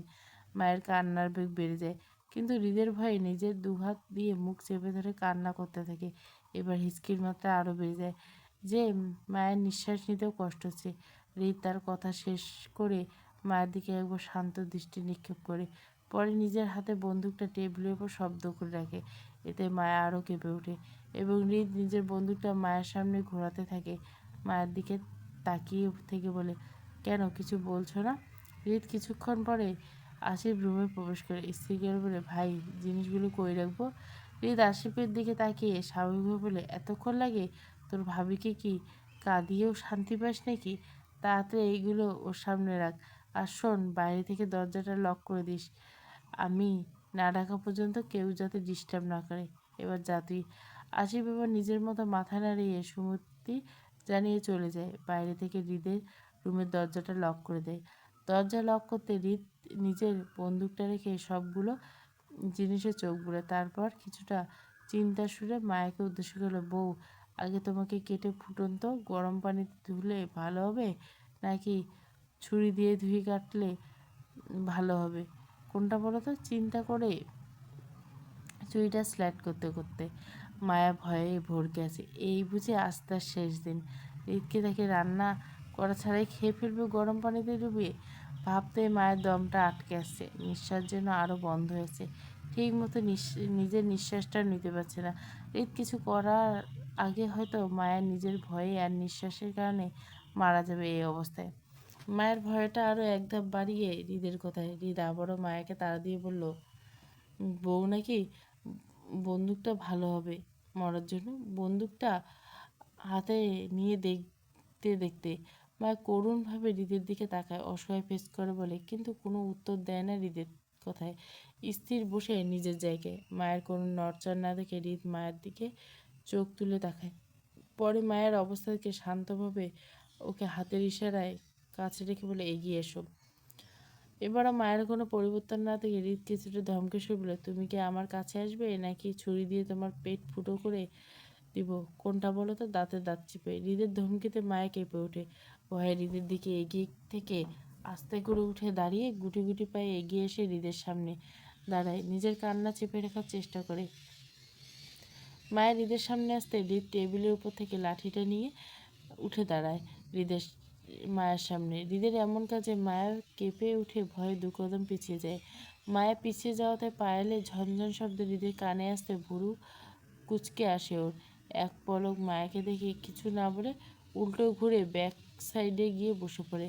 মায়ের দিকে তাকিয়ে থেকে চোখের ইশারায় আর লাঠি দিয়ে খোঁচা দিয়ে জায়গাটা দেখে বলল, এখানে এসে দাঁড়াও চুপচাপ শান্তভাবে।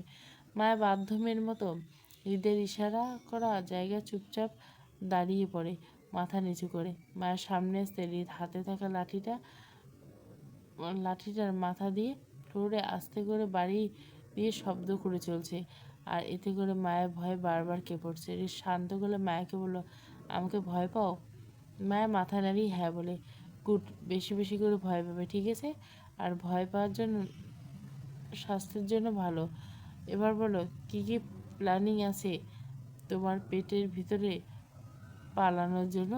যদি না বলো তো লাঠি দিয়ে, না, এই লাঠি দিয়ে, ওইখানে যে ছুরিটা আছে এটা দিয়ে তোমার হাত একটা একটা করে কাটবো। আর দ্বিতীয়বার আর একটা প্রশ্ন করব না। এবার তাড়াতাড়ি করে পেট থেকে বের করে সব তাড়া দিয়ে। মায়া ভয় কাচুমুচু করে কিছু বুঝতে না পেরে কাঁপা কাঁপা গলায় বলে, কিসের পালানো প্ল্যানিং? নাক টেনে হৃদ কিছুটা বিরক্ত নিয়ে বলে, তোমার সলিড পালানোর প্ল্যানিং বাড়ি থেকে। এখন বলো যে তুমি কিছু জানো না। আমি সব শুনেছি। আর তোমার কি মনে হয় এত সোজা সব কিছু? আমার থেকে পালানো তোমার কাছে ইজি মনে হচ্ছে? ভুরু কুচকে মায়ের ঈদের কথা আমতা আমতা করে বলে, আশিক মিথ্যে বলেছে আপনাকে। পাতানো ভাইটা না সবসময় এমনই করে। দাদির সাথেও মিথ্যে বলে আমার নামে। সবসময় পটপট করে মিথ্যে বলে আমাকে বলার সুযোগ দেয় না। এটা তো অন্যায়, তাই না? এজন্য দাদিকে আমি বলেছিলাম যাতে ওর পাপ কাজ থেকে মুক্ত করিয়ে দিতে, চাকরি থেকে বের করে দিয়ে সবাইকে একসাথে। কিন্তু দাদি আমার কথা শুনেনি। এবার হলো তো, আপনাকেও পাতানো ভাইটে মিথ্যে বলছে। সত্যি বলছি আমি, অসহায় ফেস বানিয়ে। হৃদ মায়ের দিকে তাকে স্বাভাবিক বলে, আমি তোমাকে কখন বললাম যে আশিক আমাকে বলেছে এসব কথা? আর যদি তোমাকে সুযোগ দেওয়া হয় তো তুমিও বুঝি মিথ্যে বলতে?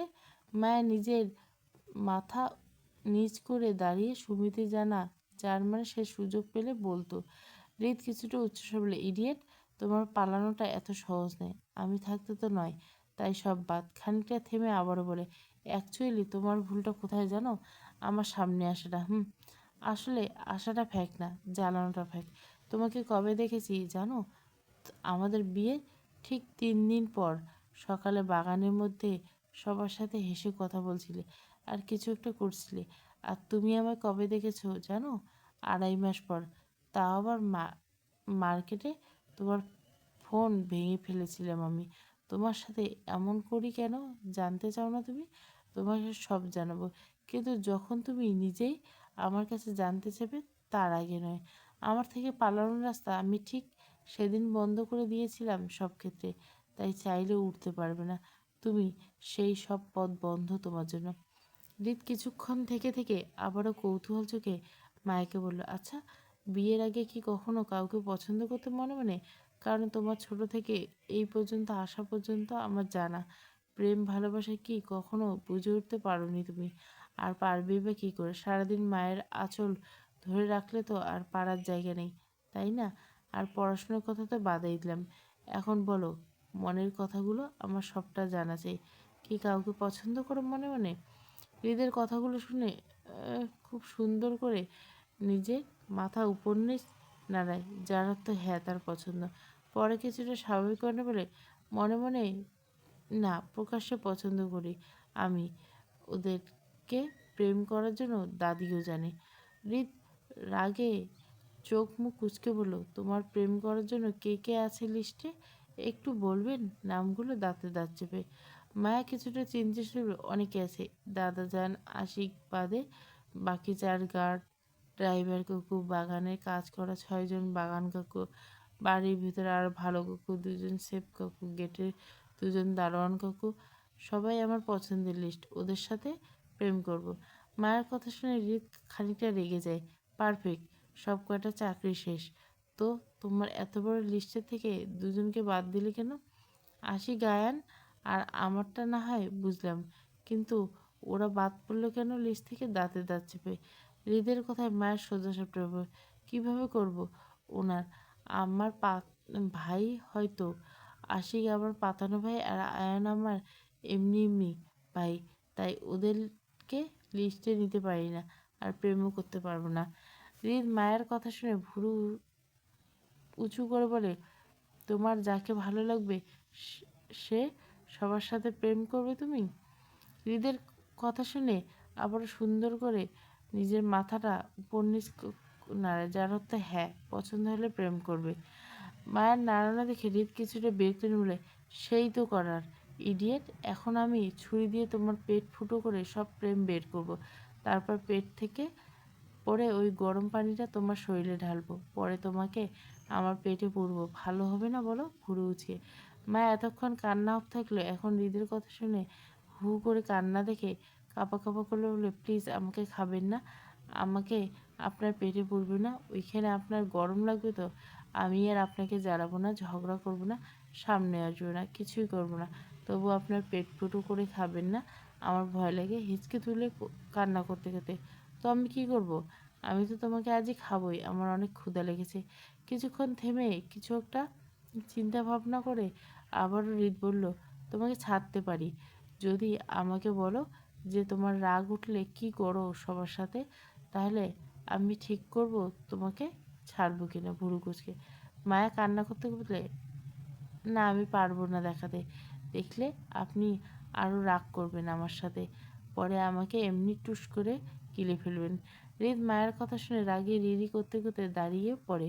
তারপর মায়েকে উদ্দেশ্য করে বলা লাগবে না, এখন এমনিতে তোমাকে গিলে খাবো আমি, জাস্ট ওয়েট। বলে হৃদ যেই না পা বাড়াবে টেবিলে রাখা ছুরিটা দিকে অমনি মায়া হামলা করে হৃদের উপর। মায়া হৃদের ভয়ে হিতাহিত জ্ঞান হারিয়ে হৃদের উপর ঝাঁপিয়ে পড়ে। আকস্মিক ঘটনায় হৃদ নিজেকে সামলিয়ে উঠতে পারে না। মায়ের এমন ঝাঁপিয়ে পড়ার জন্য হৃদ একদম প্রস্তুত ছিল না। মায়ের হৃদের উপর ঝাঁপিয়ে পড়ার সাথে সাথে হৃদ নিজেকে তাল সামলিয়ে রাখতে না পেরে মায়াকে নিয়ে বিছানায় পড়ে যায়। মায়া হৃদকে বুঝে ওঠার আগে হৃদের পেটে বসে পড়ে, আর হৃদের এক হাতে চুল, অন্য হাতে বাহু শক্ত করে চেপে ধরে গলায় মুখ গুজিয়ে কামড় বসায় গলায় গালে। একটু পর নিচে নেমে নিজের ডান হাতটা দিয়ে হৃদের শার্ট টেনে ধরে পরপর 3টা বোতাম ছিঁড়ে ফেলে খালি বুকে কামড় ধরে।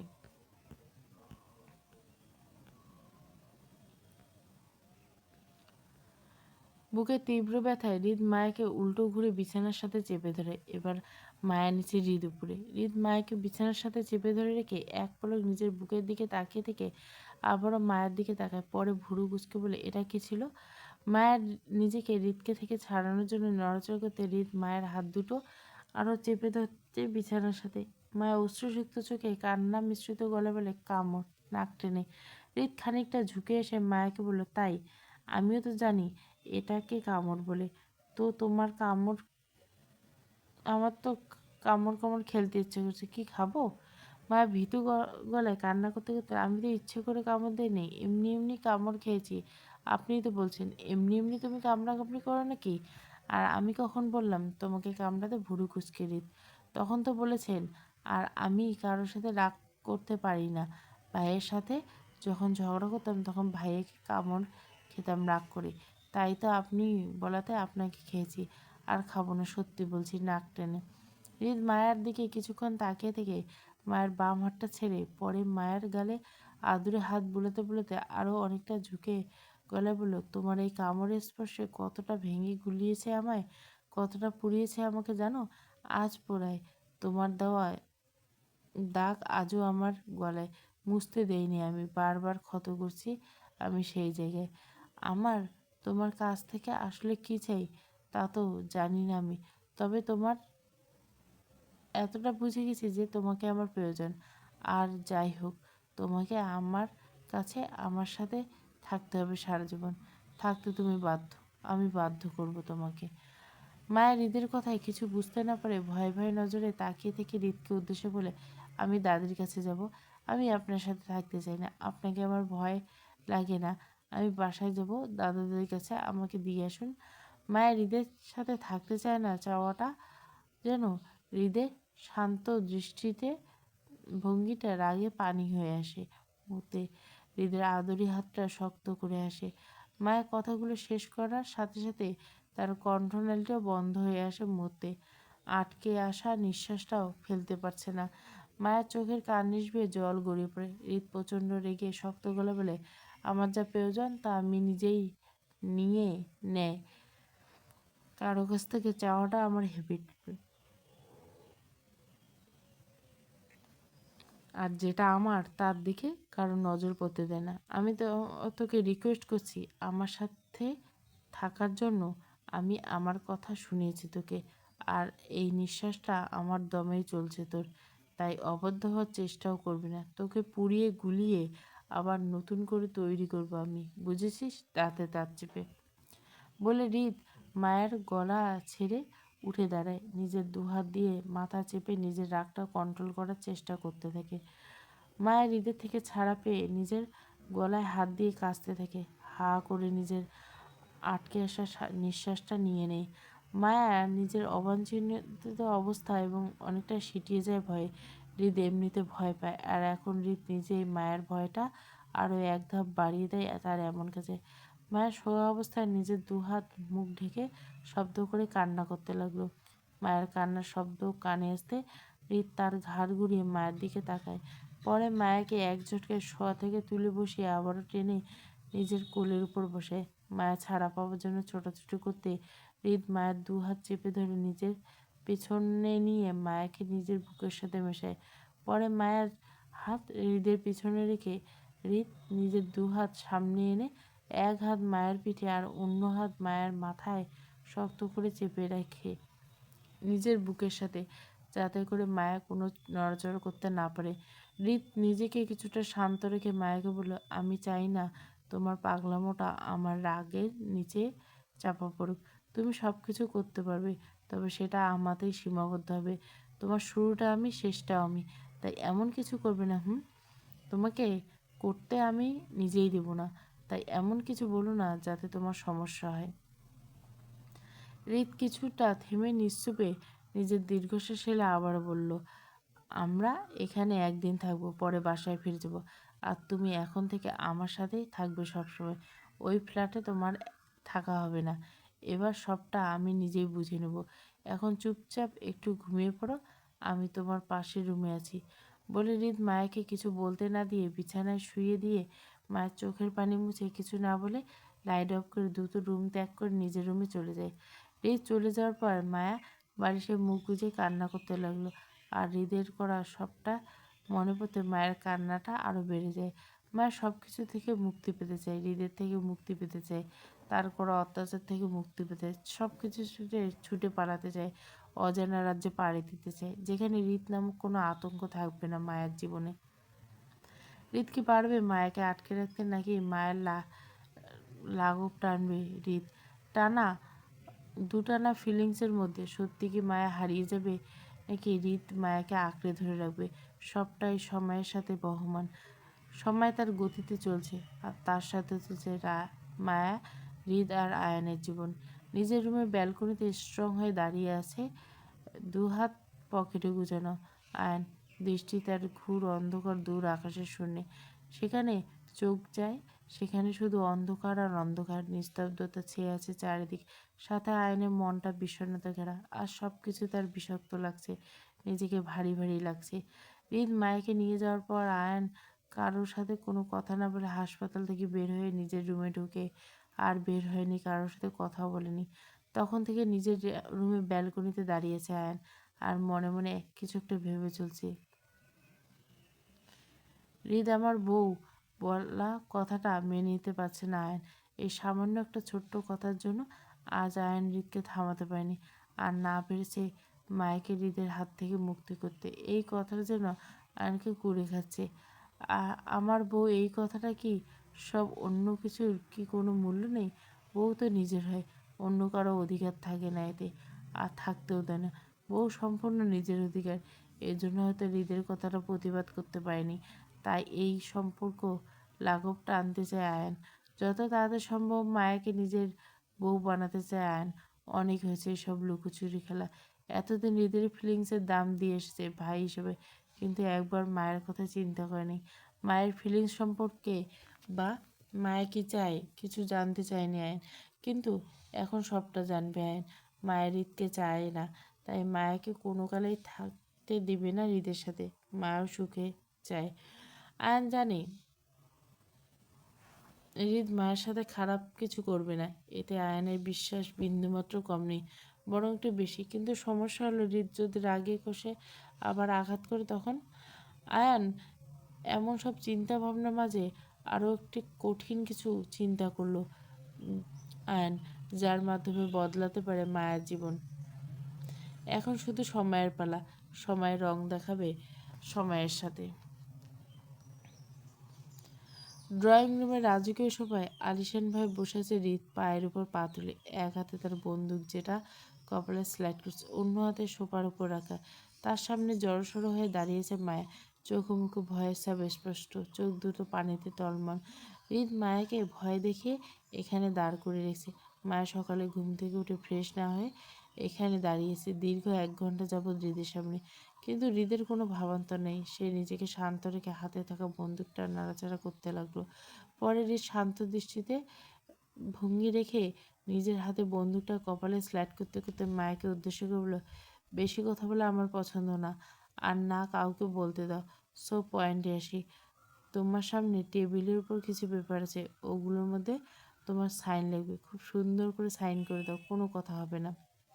কিছুক্ষণ থেমে মায়ের দিকে তাকায়। মায়া কাচুমাচু করতে দেখে সোজা হয়ে বসে ভুরু কুচকে বলে, কি বলতে চাও বলতে পারো, আমার কোনো সমস্যা নেই। তোমার একটা কথার সাথে একটা করে গুলি ফিরে। এবার তাড়াতাড়ি সাইনগুলো করে দাও। সবাই হেলান দিয়ে বসতে বসতে মায়ের ঈদের ভয়ে আশেপাশে সবার দিকে তাকাচ্ছে অসহায়ের মতো। চেনা পরিচিত কারো মুখ খুঁজে চলছে নিজেকে হৃদ থেকে বাঁচানোর জন্য, আর এদিক ওদিক তাকাচ্ছে বারবার টলমল চোখে। হৃদ মায়ের এই অবস্থা বুঝতে পেরে পাশে আসিফকে উদ্দেশ্য করে, আসিফ, তুই সবাইকে নিয়ে বাইরে যা তো, তোর ভাবি আমার সাথে কোয়ালিটি টাইম স্পেন্ড করতে চাচ্ছে। তাই নেব মায়াকে দেখে, তাই তুই সবাইকে নিয়ে বাইরে যা। শোন, মেন দরজা বাইরে থেকে লক করিস। আসিফ হৃদের বলার সাথে সাথে সকল গার্ড বাংলোর সকল সার্ভেন্ট নিয়ে বাইরে প্রস্থান করে সাথে আর মেইন দরজা লক করে দেয়। সবাইকে বাইরে যেতে হৃদ মায়ের দিকে তাকে স্বাভাবিকভাবে বললেন, তো ম্যাডাম, সবাই তো চলে গেল, এখন কি আরও পাগলামি করবেন, না শেষ হয়ে গেছে আপনার পাগলামির কৌটা কোনটা?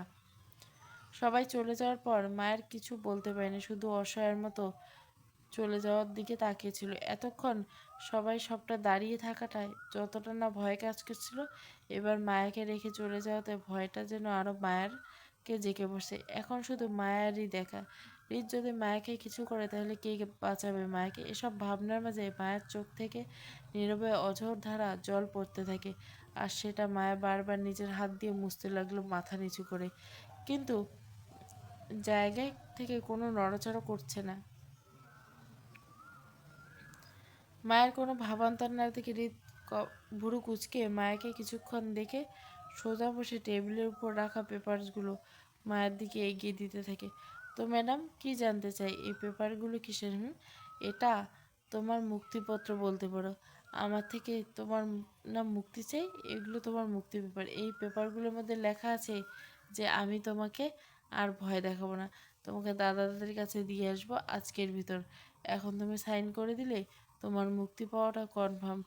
আর যেহেতু, আর কি, এখন বলো, সাইনটা করে বাসায় যাবে নাকি না করে এখানে থাকবে? আমার হৃদ আর কিছু বলতে হয়নি, কারণ মায়ের হৃদের সামনে হাস্যোজ্জ্বল দৃষ্টান্ত রেখে হাসি মুখে কলম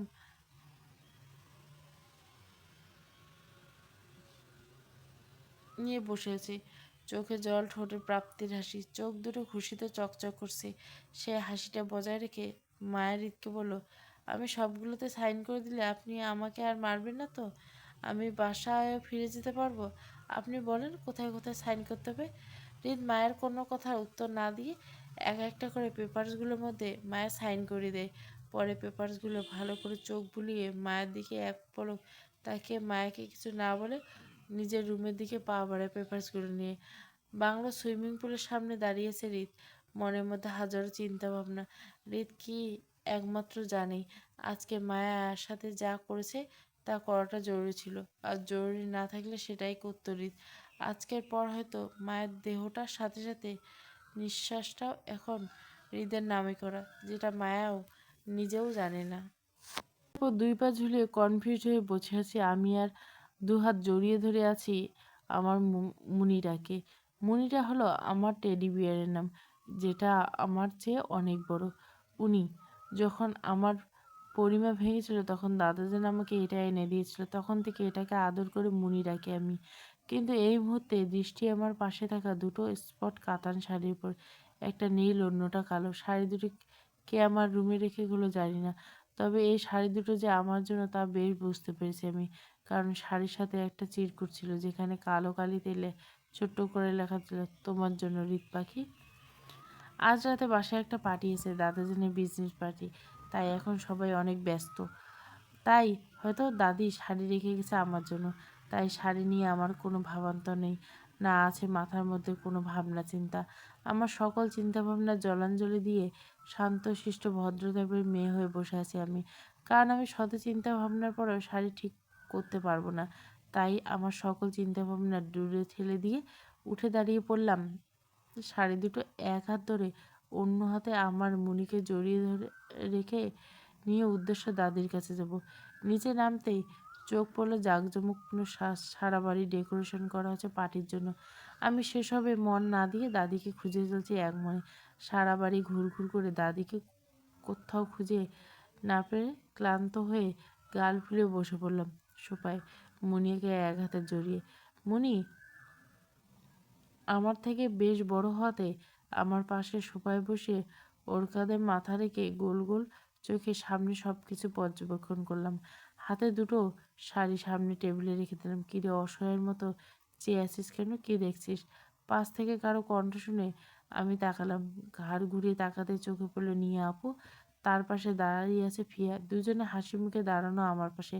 আমি তাদের এক পলক দেখে আবার সামনের দিকে তাকায়, আগে নেই পরে দুঃখ দুঃখ ভাব নিয়ে বলে, আমি তো অসহায়, আর আমার অসহায় এই বাড়িতে সব জায়গায় ছড়ছে, শুধু ওই তোমার ভিলিন ভাইয়ের কাছে ছাড়া। আমার কথা শুনে ফিয়া আর নিয়াপু আমার পাশে সোফায় বসে পড়ে। পরে নিয়াপু ভুরু কুচকে আমাকে উদ্দেশ্য করে বলে, তাই বুঝি?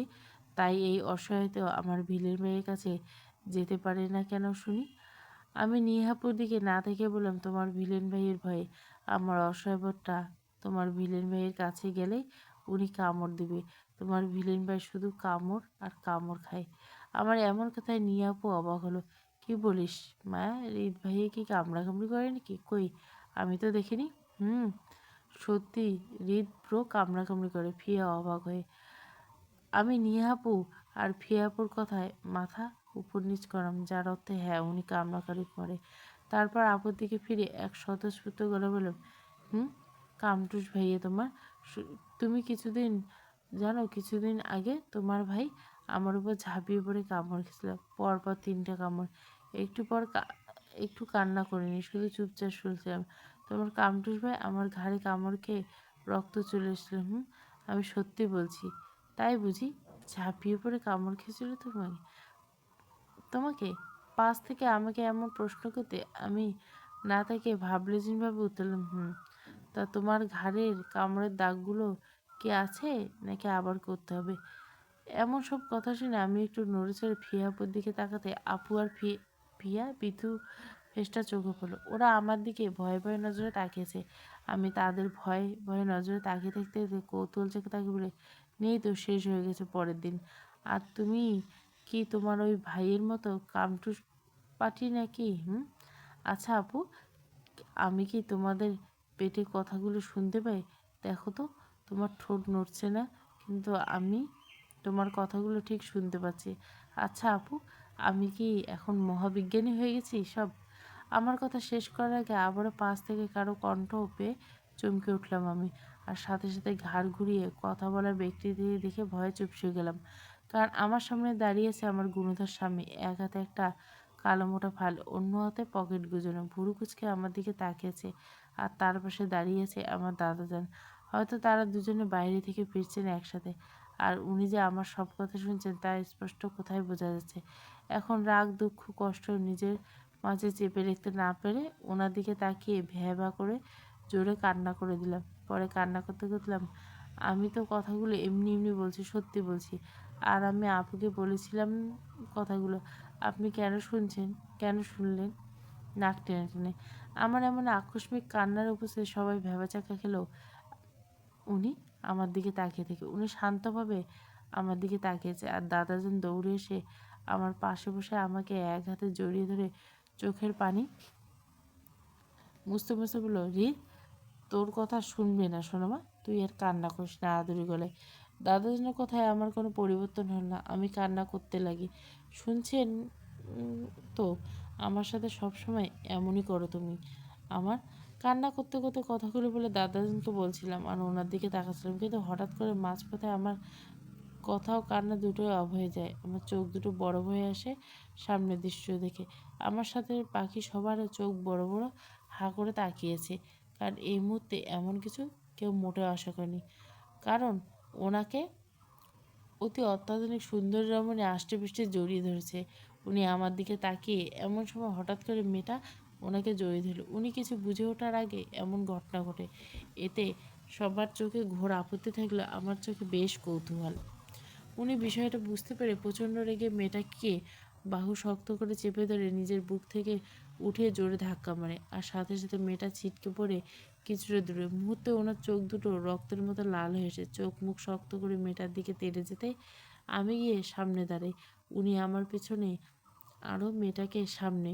ওনার রাগ উপেক্ষা করে কৌতূহলে আমার সামনে থেকে মেয়েটিকে উদ্দেশ্য করে স্বতঃস্ফূর্ত গলে পড়ে, এ কি আপু, তোমার বাকি কাপড়গুলো কোথায়? তুমি একটাও কাপড় পরছো কেন?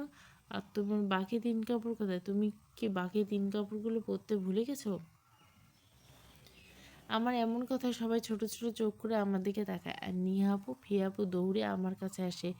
নিহাপু এক হাতেই আমার হাত চেপে ধরে হাসার চেষ্টা করে সামনে থাকা মেয়েটার দিকে তাকিয়ে। সামনে থাকা মেয়েটা ওনার ধাক্কা হতে তাল সামলাতে সামলাতে আমি গিয়ে হাজির হই। হয়তো আমার এমন সব কথা শোনার জন্য মোটেও প্রস্তুত ছিল না, তাই আমার কথা শুনে প্রচণ্ড রেগে চিৎকার করলো, what are you say and who are you, দাঁতে দাঁত চেপে। পাশ থেকে নেহা আপু কিছু বলবে, তখনই আমি আপুকে কিছু বলতে না দিয়ে বলে উঠি, রিত ভাইয়া মামার মেয়ে মানে? মামাতো বোন আমি ওনার, রিত ভাইয়ের কাজিন হই আমি। তুমি কে আপু? আমার কথা শুনে নিয়া আপু আর ফিয়ার সাথে সাথে কাঁদতে শুরু করে। আমি তাদের এমন ব্যবহারে চরম বিরক্ত। হঠাৎ করে যক্ষ্মায় আক্রান্ত হওয়ার মানে কি? তখনই নিয়া আপু ওনার দিকে এক পলক তাকিয়ে সামনে থাকা মেয়েটির দিকে তাকায়, কিছুটা হেসে আমাকে উদ্দেশ্য করলে, মায়া বেবি, ইনি হলো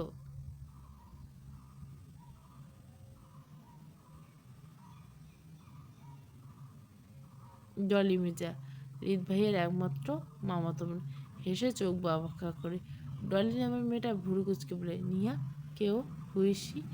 তখনই আমি আমি হাসি মুখে স্বাভাবিকভাবে বলি, তাহলে উনি কি আমার পাতানো বোন? আমিও তো রিত ভাইয়ার মামাতো বোন, ফুবি বলছে। সেই সুবাদে তো আমি আর উনি বোন বোন, তাই না? আচ্ছা ডলি আপু, তুমি কি বাকি কাপড়গুলো পরতে ভুলে গেছো?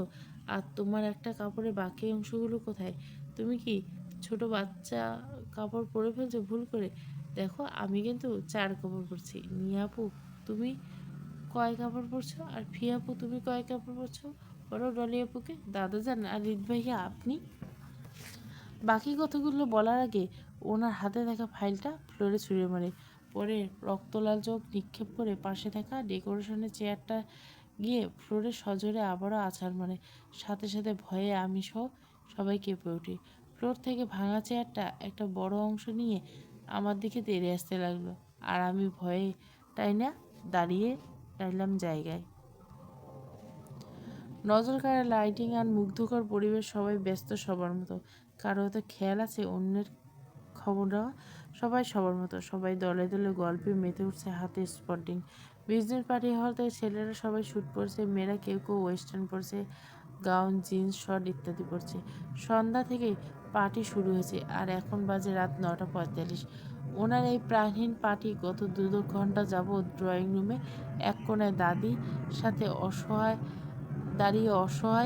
ফেস করে দেখে চলছে আমি, কিন্তু এতেও কারো কোনো ভাবান্তর নেই। দাদির সাথে হেসে হেসে কথা বলে চলছে সেই কবে থেকে, আর কিছুক্ষণ আমার হাতে ভিন্ন ভিন্ন ধরনের খাবার তুলে দিচ্ছে। প্রথম প্রথম খাবারগুলো খেলেও পরে খাবারগুলো একটাও খেতে পারিনি। সবগুলো খাবার আমার পেছনের টেবিলের উপর রেখে দাদির অগোছালো। আর আমি খাবোই বা কী করে? 10 মিনিট পর পর কি আর খাবার খাই যায় নাকি? পেটে খাবারগুলো ঠিকঠাক জায়গায় পৌঁছাতে তো আধা ঘন্টা সময় লাগবে। সেই জায়গায় দাদি আমাকে 10 মিনিট পর পর খাবার দেয়, আর আমার পাশে থাকা মানুষগুলোর সাথে গল্পে মেতে ওঠে। আমি দাদির দিকে এক পলক তাকিয়ে আবার সামনের দিকে তাকাই। এখানে ওনার ফ্যামিলির সবাই আছে। ফয়সাল ভাইয়া ফ্যামিলির সবাই এসেছে।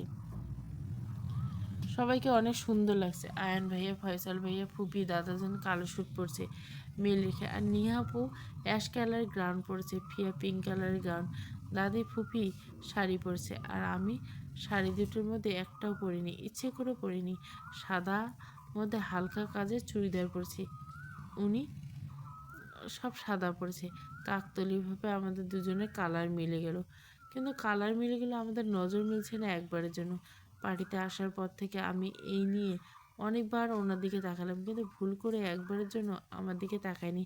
কেমন গম্ভীর মুখে সবার সাথে দাঁড়িয়ে আছে স্পর্ডিং হাতে নিয়ে, কিন্তু কারোর সাথে কোনো কথাই বলছে না, শুধু শুনে যাচ্ছে। আচ্ছা, একটা মানুষ এতটা গম্ভীর কীভাবে হয় আমি বুঝি না। কারোর সাথে ভুল করে হাসি ফোটে না, কথা বলে। আর ফ্যামিলির সাথে দিনে 5 কথা বলে কিনা সন্দেহ আছে। সব কিছু কেমন সাইলেন্ট সাইলেন্ট থাকা চাই ওনার। আর ওনার চোখ দুটো কেমন গভীরভাবে মুহূর্তে সব কিছু ধরা পড়ে যায় ওনার চোখে। কিন্তু এ চোখে আমি আমি এক অভিমান মিশ্রিত রাগ দেখতে পাচ্ছি। মনে হচ্ছে উনি কোনো বিষয়ে আমার উপর রাগ করে আছে, যার জন্য আমার দিকে তাকাচ্ছে। কিন্তু সেটা কি উনি কি আমার সাথে অভিমানে রাগ করবে? এই রকম তো উনি কখনো করেন না আমার সাথে।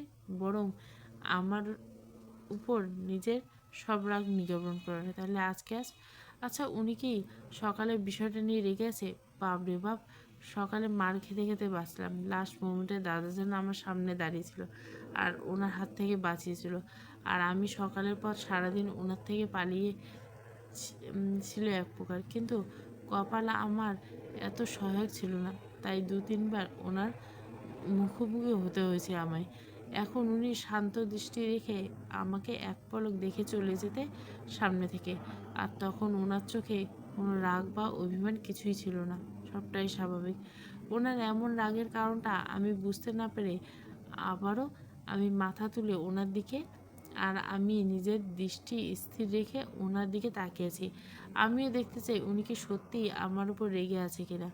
ওনার স্লাইডে আমি দাঁড়িয়ে আছি আর উনি আমার সামনে দাঁড়িয়ে আছেন।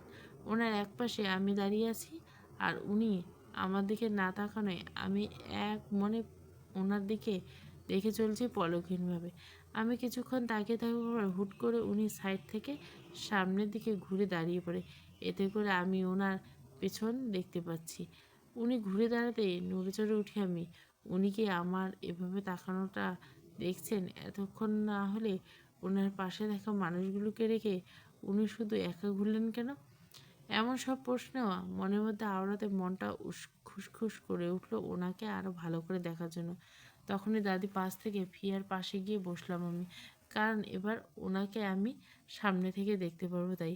ফিয়া আমাকে ওর পাশে বসতে দেখে আমার দিকে তাকিয়ে শুধু একটা হাসি দিল, তারপর আবারও নিজের কাছে মনোযোগ হলো। ফিয়া কারোর সাথে চ্যাট করছে।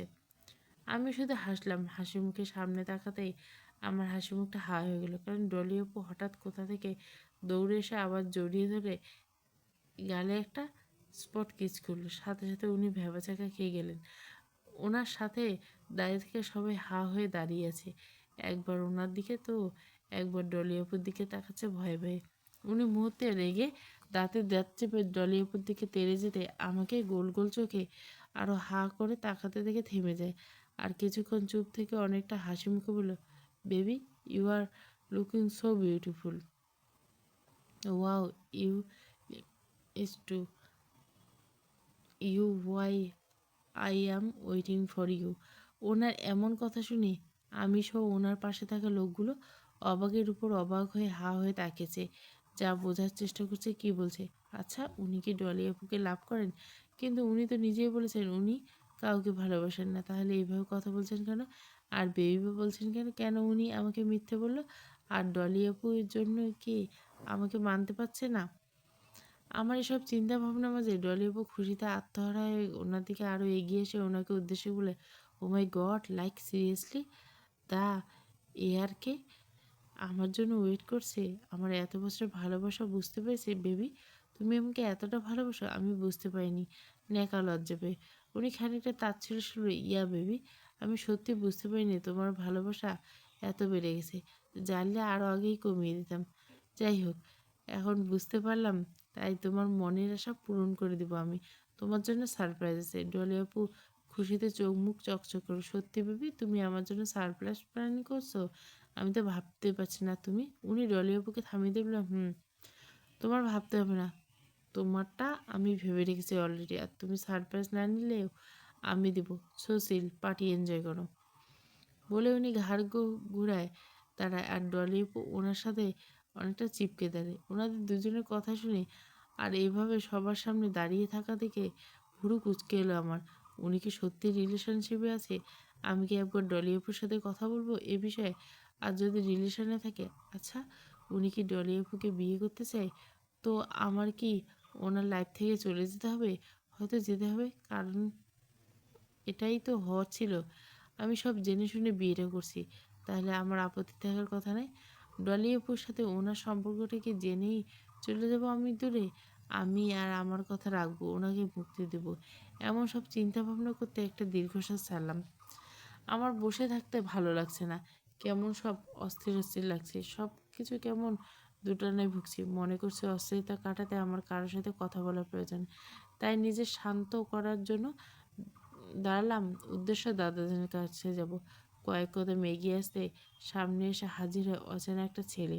আমি তাকে পাশ কাটিয়ে এক পা বাড়াতে আমার সামনে এসে দাঁড়ায়, আর আমি ভুরু কুচকে তাকাতে ছেলেটি মুখে বিদঘুটে হাসি টেনে আমাকে উদ্দেশ্য করে বলে, hi hottie, you are looking so hot. যদি তুমি ঠিকঠাক কাপড় পরছো, তারপরে তোমার সব কিছুতে কেমন নেশা নেশা ভাব। তুমি কি একা নাকি পার্টিতে অনেকক্ষণ ধরে বসে আছো? তুমি একা একা বসে আছো? তুমি চাইলে আমাকে বলতে পারো, আমি তোমার অনেক ভালো কোম্পানি দিতে পারি। খানিকটা আমার দিকে ঝুঁকে ছেলেটা বিদঘুটে হাসি আর বিচ্ছিরি টাইপের কথা শুনে আমি তিক্ততা প্রকাশ করলাম, আবার চলে যেতে লাগলাম, কোনো কথা না বলে চলে যেতে। কারণ এই মুহূর্তে আমার মন ভালো নেই, আর এই ছেলেটা আমার মুডটা আরও খারাপ করে দিবে। তাই কোনো বাহানা ছাড়াই চলে যাওয়ার জন্য পা বাড়াতে অচেনা ছেলেটা আমার পথ আটকে দাঁড়ায়। পরে আমাকে উদ্দেশ্য করে বিশ্রী হাসি দিয়ে বলে, ওস বেবি, কি আমার উপর রাগ করছো?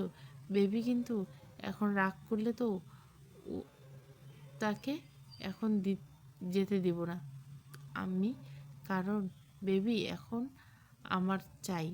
আর তোমাকে বাকি কথাগুলো বলার আগে কেউ অচেনা ছেলেটার শুটের গলা টেনে ধরে তার দিকেই ঘুরায়। আমি চমকে উঠি, আর সাথে সাথে চোখ পড়ে আয়ন ভাইয়ের রাগি ফেস। প্রচণ্ড রেগে ছেলেটার কলার চেপে ধরে সে। ওনার চোখ দুটো দেখে মনে হচ্ছে এক্ষুনি রক্ত বেরোবে। ওনাকে এতটা রাখতে আমি কখনো দেখিনি, এটাই প্রথম দেখলাম। আয়ন ভাইয়ের সবসময় হাসি খুশি শান্তভাবে দেখেছি আমি। আমি ওনার এমন রাগের সাথে পরিচিতও নয়, তাই এই মুহূর্তে ওনাকে দেখে খুব ভয় করছে। তখনই উনি রাগে রিরি করতে করতে বলল, এত বড় কলিজা তোর! ওর এড়িয়ে যাওয়ার পর তুই ওকে বারবার ডিস্টার্ব করিস, আজ কলিজাটা মেপে দেখবো আমি। আর তুই ওকে কি বলছিস এতক্ষণ ধরে? কলার চেপে ধরে।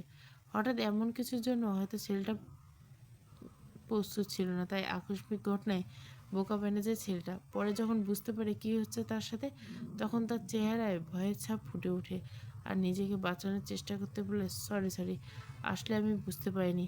আমি তো ম্যামের সাথে পরিচয় হতে যাচ্ছিলাম, বিশ্বাস করুন। ম্যামকে করে দেখান, ভয়ে সিটিয়ে। ছেলেটার এমন কথা আয়ন ভাই আমার দিকে তাকায়, পরে কিছু বলবে আমি তার আগে নিজের মাথা নাড়িয়ে সম্মতি জানে, যার অর্থ হলো অচেনা ছেলেটা যা বলছে সত্যি বলছে। এই মুহূর্তে আমার মিথ্যে বলা ছাড়া আর কোনো উপায় ছিল না, কারণ আমি চাই না আমার জন্য ওনার পার্টিতে কোনো ঝামেলা হোক। তাই মিথ্যে বললাম। আমার মাথা নাড়া থেকে আয়ন ভাই কিছুটা স্বাভাবিক হয়, তার নিজের একটা কন্ট্রোল করে দাঁতে দাঁতছে বলে, আজ ছেড়ে দিলাম, বাট নেক্সট টাইম পরিচয় হওয়ার জন্য ওর আশেপাশে যেন তোকে না দেখে, গট ইট, এবার যা। বলে এক ধাক্কা মেরে ছেড়ে দেয়। পরে উপরের দিকে তাকিয়ে চোখ বন্ধ করে জোরে জোরে নিঃশ্বাস ফেলে আনার দিকে হাসি মুখে তাকায়। পরে আমার হাত দুটো ধরে বলে, তুমি একা কেন মায়া পাখি? তোমাকে না আমি নানুমা রেখে এসেছিল, একা একা পার্টিতে ঘুরছো কেন? আয়ন ভাইয়ের কথায় আমি নিজের মুখে হাসি ফুটে বলে, আমার ভালো লাগছে না, তারা একা একা করছিল, তাই দাদাজানের কাছে যাচ্ছি কথা বলার জন্য। আচ্ছা ভাইয়া, তুমি কি আমার সাথে একটু থাকবে? একটু ভালো কথা বলতে, আর কি আমার কিছুই ভালো লাগছে না এই মুহূর্তে। কথাগুলো বলে আয়ন ভাইয়ের চোখের দিকে ভালো করে তাকাই আমি। ওনার চোখ দুটো কেমন অদ্ভুত ভারী ভারী লাগছে আমার কাছে, কই আগে তো এমন দেখিনি আমি। তাহলে আজ এত গভীরভাবে দেখছে কেন? কি হয়েছে আমার সাথে? চোখের কথা মনে করতে আমি সাথে সাথে পাশ ফিরে তাকাই ওনার দিকে। সাথে সাথে আমি চমকে উঠি। গভীর দুটো চোখ আমার দিকে এক দৃষ্টিতে তাকিয়েছে শুধু। উনি আমার দিকে ঘুরে ঘুরে ঘুরে দুহাত পকেটে গুজায় স্ট্রং হয়ে স্বাভাবিকভাবে দাঁড়িয়েছে। কিন্তু ওনাকে দেখে যতটা স্বাভাবিক মনে হচ্ছে, তার চোখ মোটেও স্বাভাবিক লাগছে না। কারণ ওনার চোখ দুটো অসম্ভব লাল হয়ে, এত লাল হয়ে যে ওনার চোখ তখন যখন উনি ভয়ানক কিছু করে, আর ওনাকে দেখে মনে হচ্ছে উনি সব কিছু পুড়িয়ে দিবে বা ধ্বংস করে তাণ্ডব লীলায় মেতে উঠবে। আচ্ছা, উনি এমন কেন করছে? আমি আবার কোনো ভুল করছি? আমার এসব চিন্তা ভাবনার মাঝে আবার আয়ান ভাইয়ের ডাকে তার দিকে ফিরে তাকাই আমি। চুপ করে আছি, পরে আয়ন ভাইয়া আমাকে উদ্দেশ্য করে বলল, মায়াবীকে সত্যি করে বলতো, ওই ছেলেটা যা বলছে সবটাই সত্যি নাকি মিথ্যে? কারণ আমার কেন জানি ছেলেটার কথা বিশ্বাস নেই, তাই তুমি বলো সত্যিটা। আয়ন ভাইয়ের কথায় আমি একটু মুচকি হাসি দিয়ে বলি, হ্যাঁ ছেলেটা সত্যি বলছে, আমার সাথে পরিচয় হতে এসেছে শুধু ছেলেটা, আর এমনি এমনি আমার পথ আটকে দাঁড়িয়েছিল। তোমার ওরকম বাকি কথাগুলো বলার সুযোগ হয়ে ওঠেনি আমার। কেউ আমাকে হ্যাঁচকা টানে, তার দিকে ঘুরিয়ে প্রচণ্ড জোরে একটা চড় মেরে দেয়। চড়টা এতটাই জোরে ছিল যে আকস্মিক আমার মাথা ঝিম ধরে যায়। আকস্মিক ঘটনায় আমি চমকে ওঠার সুযোগ পাইনি, গালে হাত দিয়ে ঝিম মেরে দাঁড়িয়ে আছি। তখন আয়ন ভাইয়ের গলার আওয়াজ কানে আসে। উনি উচ্চস্বরে বলে, রিত। আমি পিট পিট করে ওনার দিকে তাকিয়ে কিছু বলার জন্য আস্তে করে বললাম, আপনি। আমি বাকি কথাগুলো পেটে রইল, মুখে আর আসতে পারল না। তার আগে আরও একটা পড়লো অন্য গালে। এবার আমার ঝিম ধরা দুগুণ হলো। আমি দুগালে হাত নিয়ে দাঁড়িয়েছি, ঝাপসা চোখে ওনার দিকে তাকিয়েছি আমি, টলমল চোখে। দেওয়ানা আমার ভালোবাসা, ৩য় পর্ব। পুরো গল্পটা প্লেলিস্টে।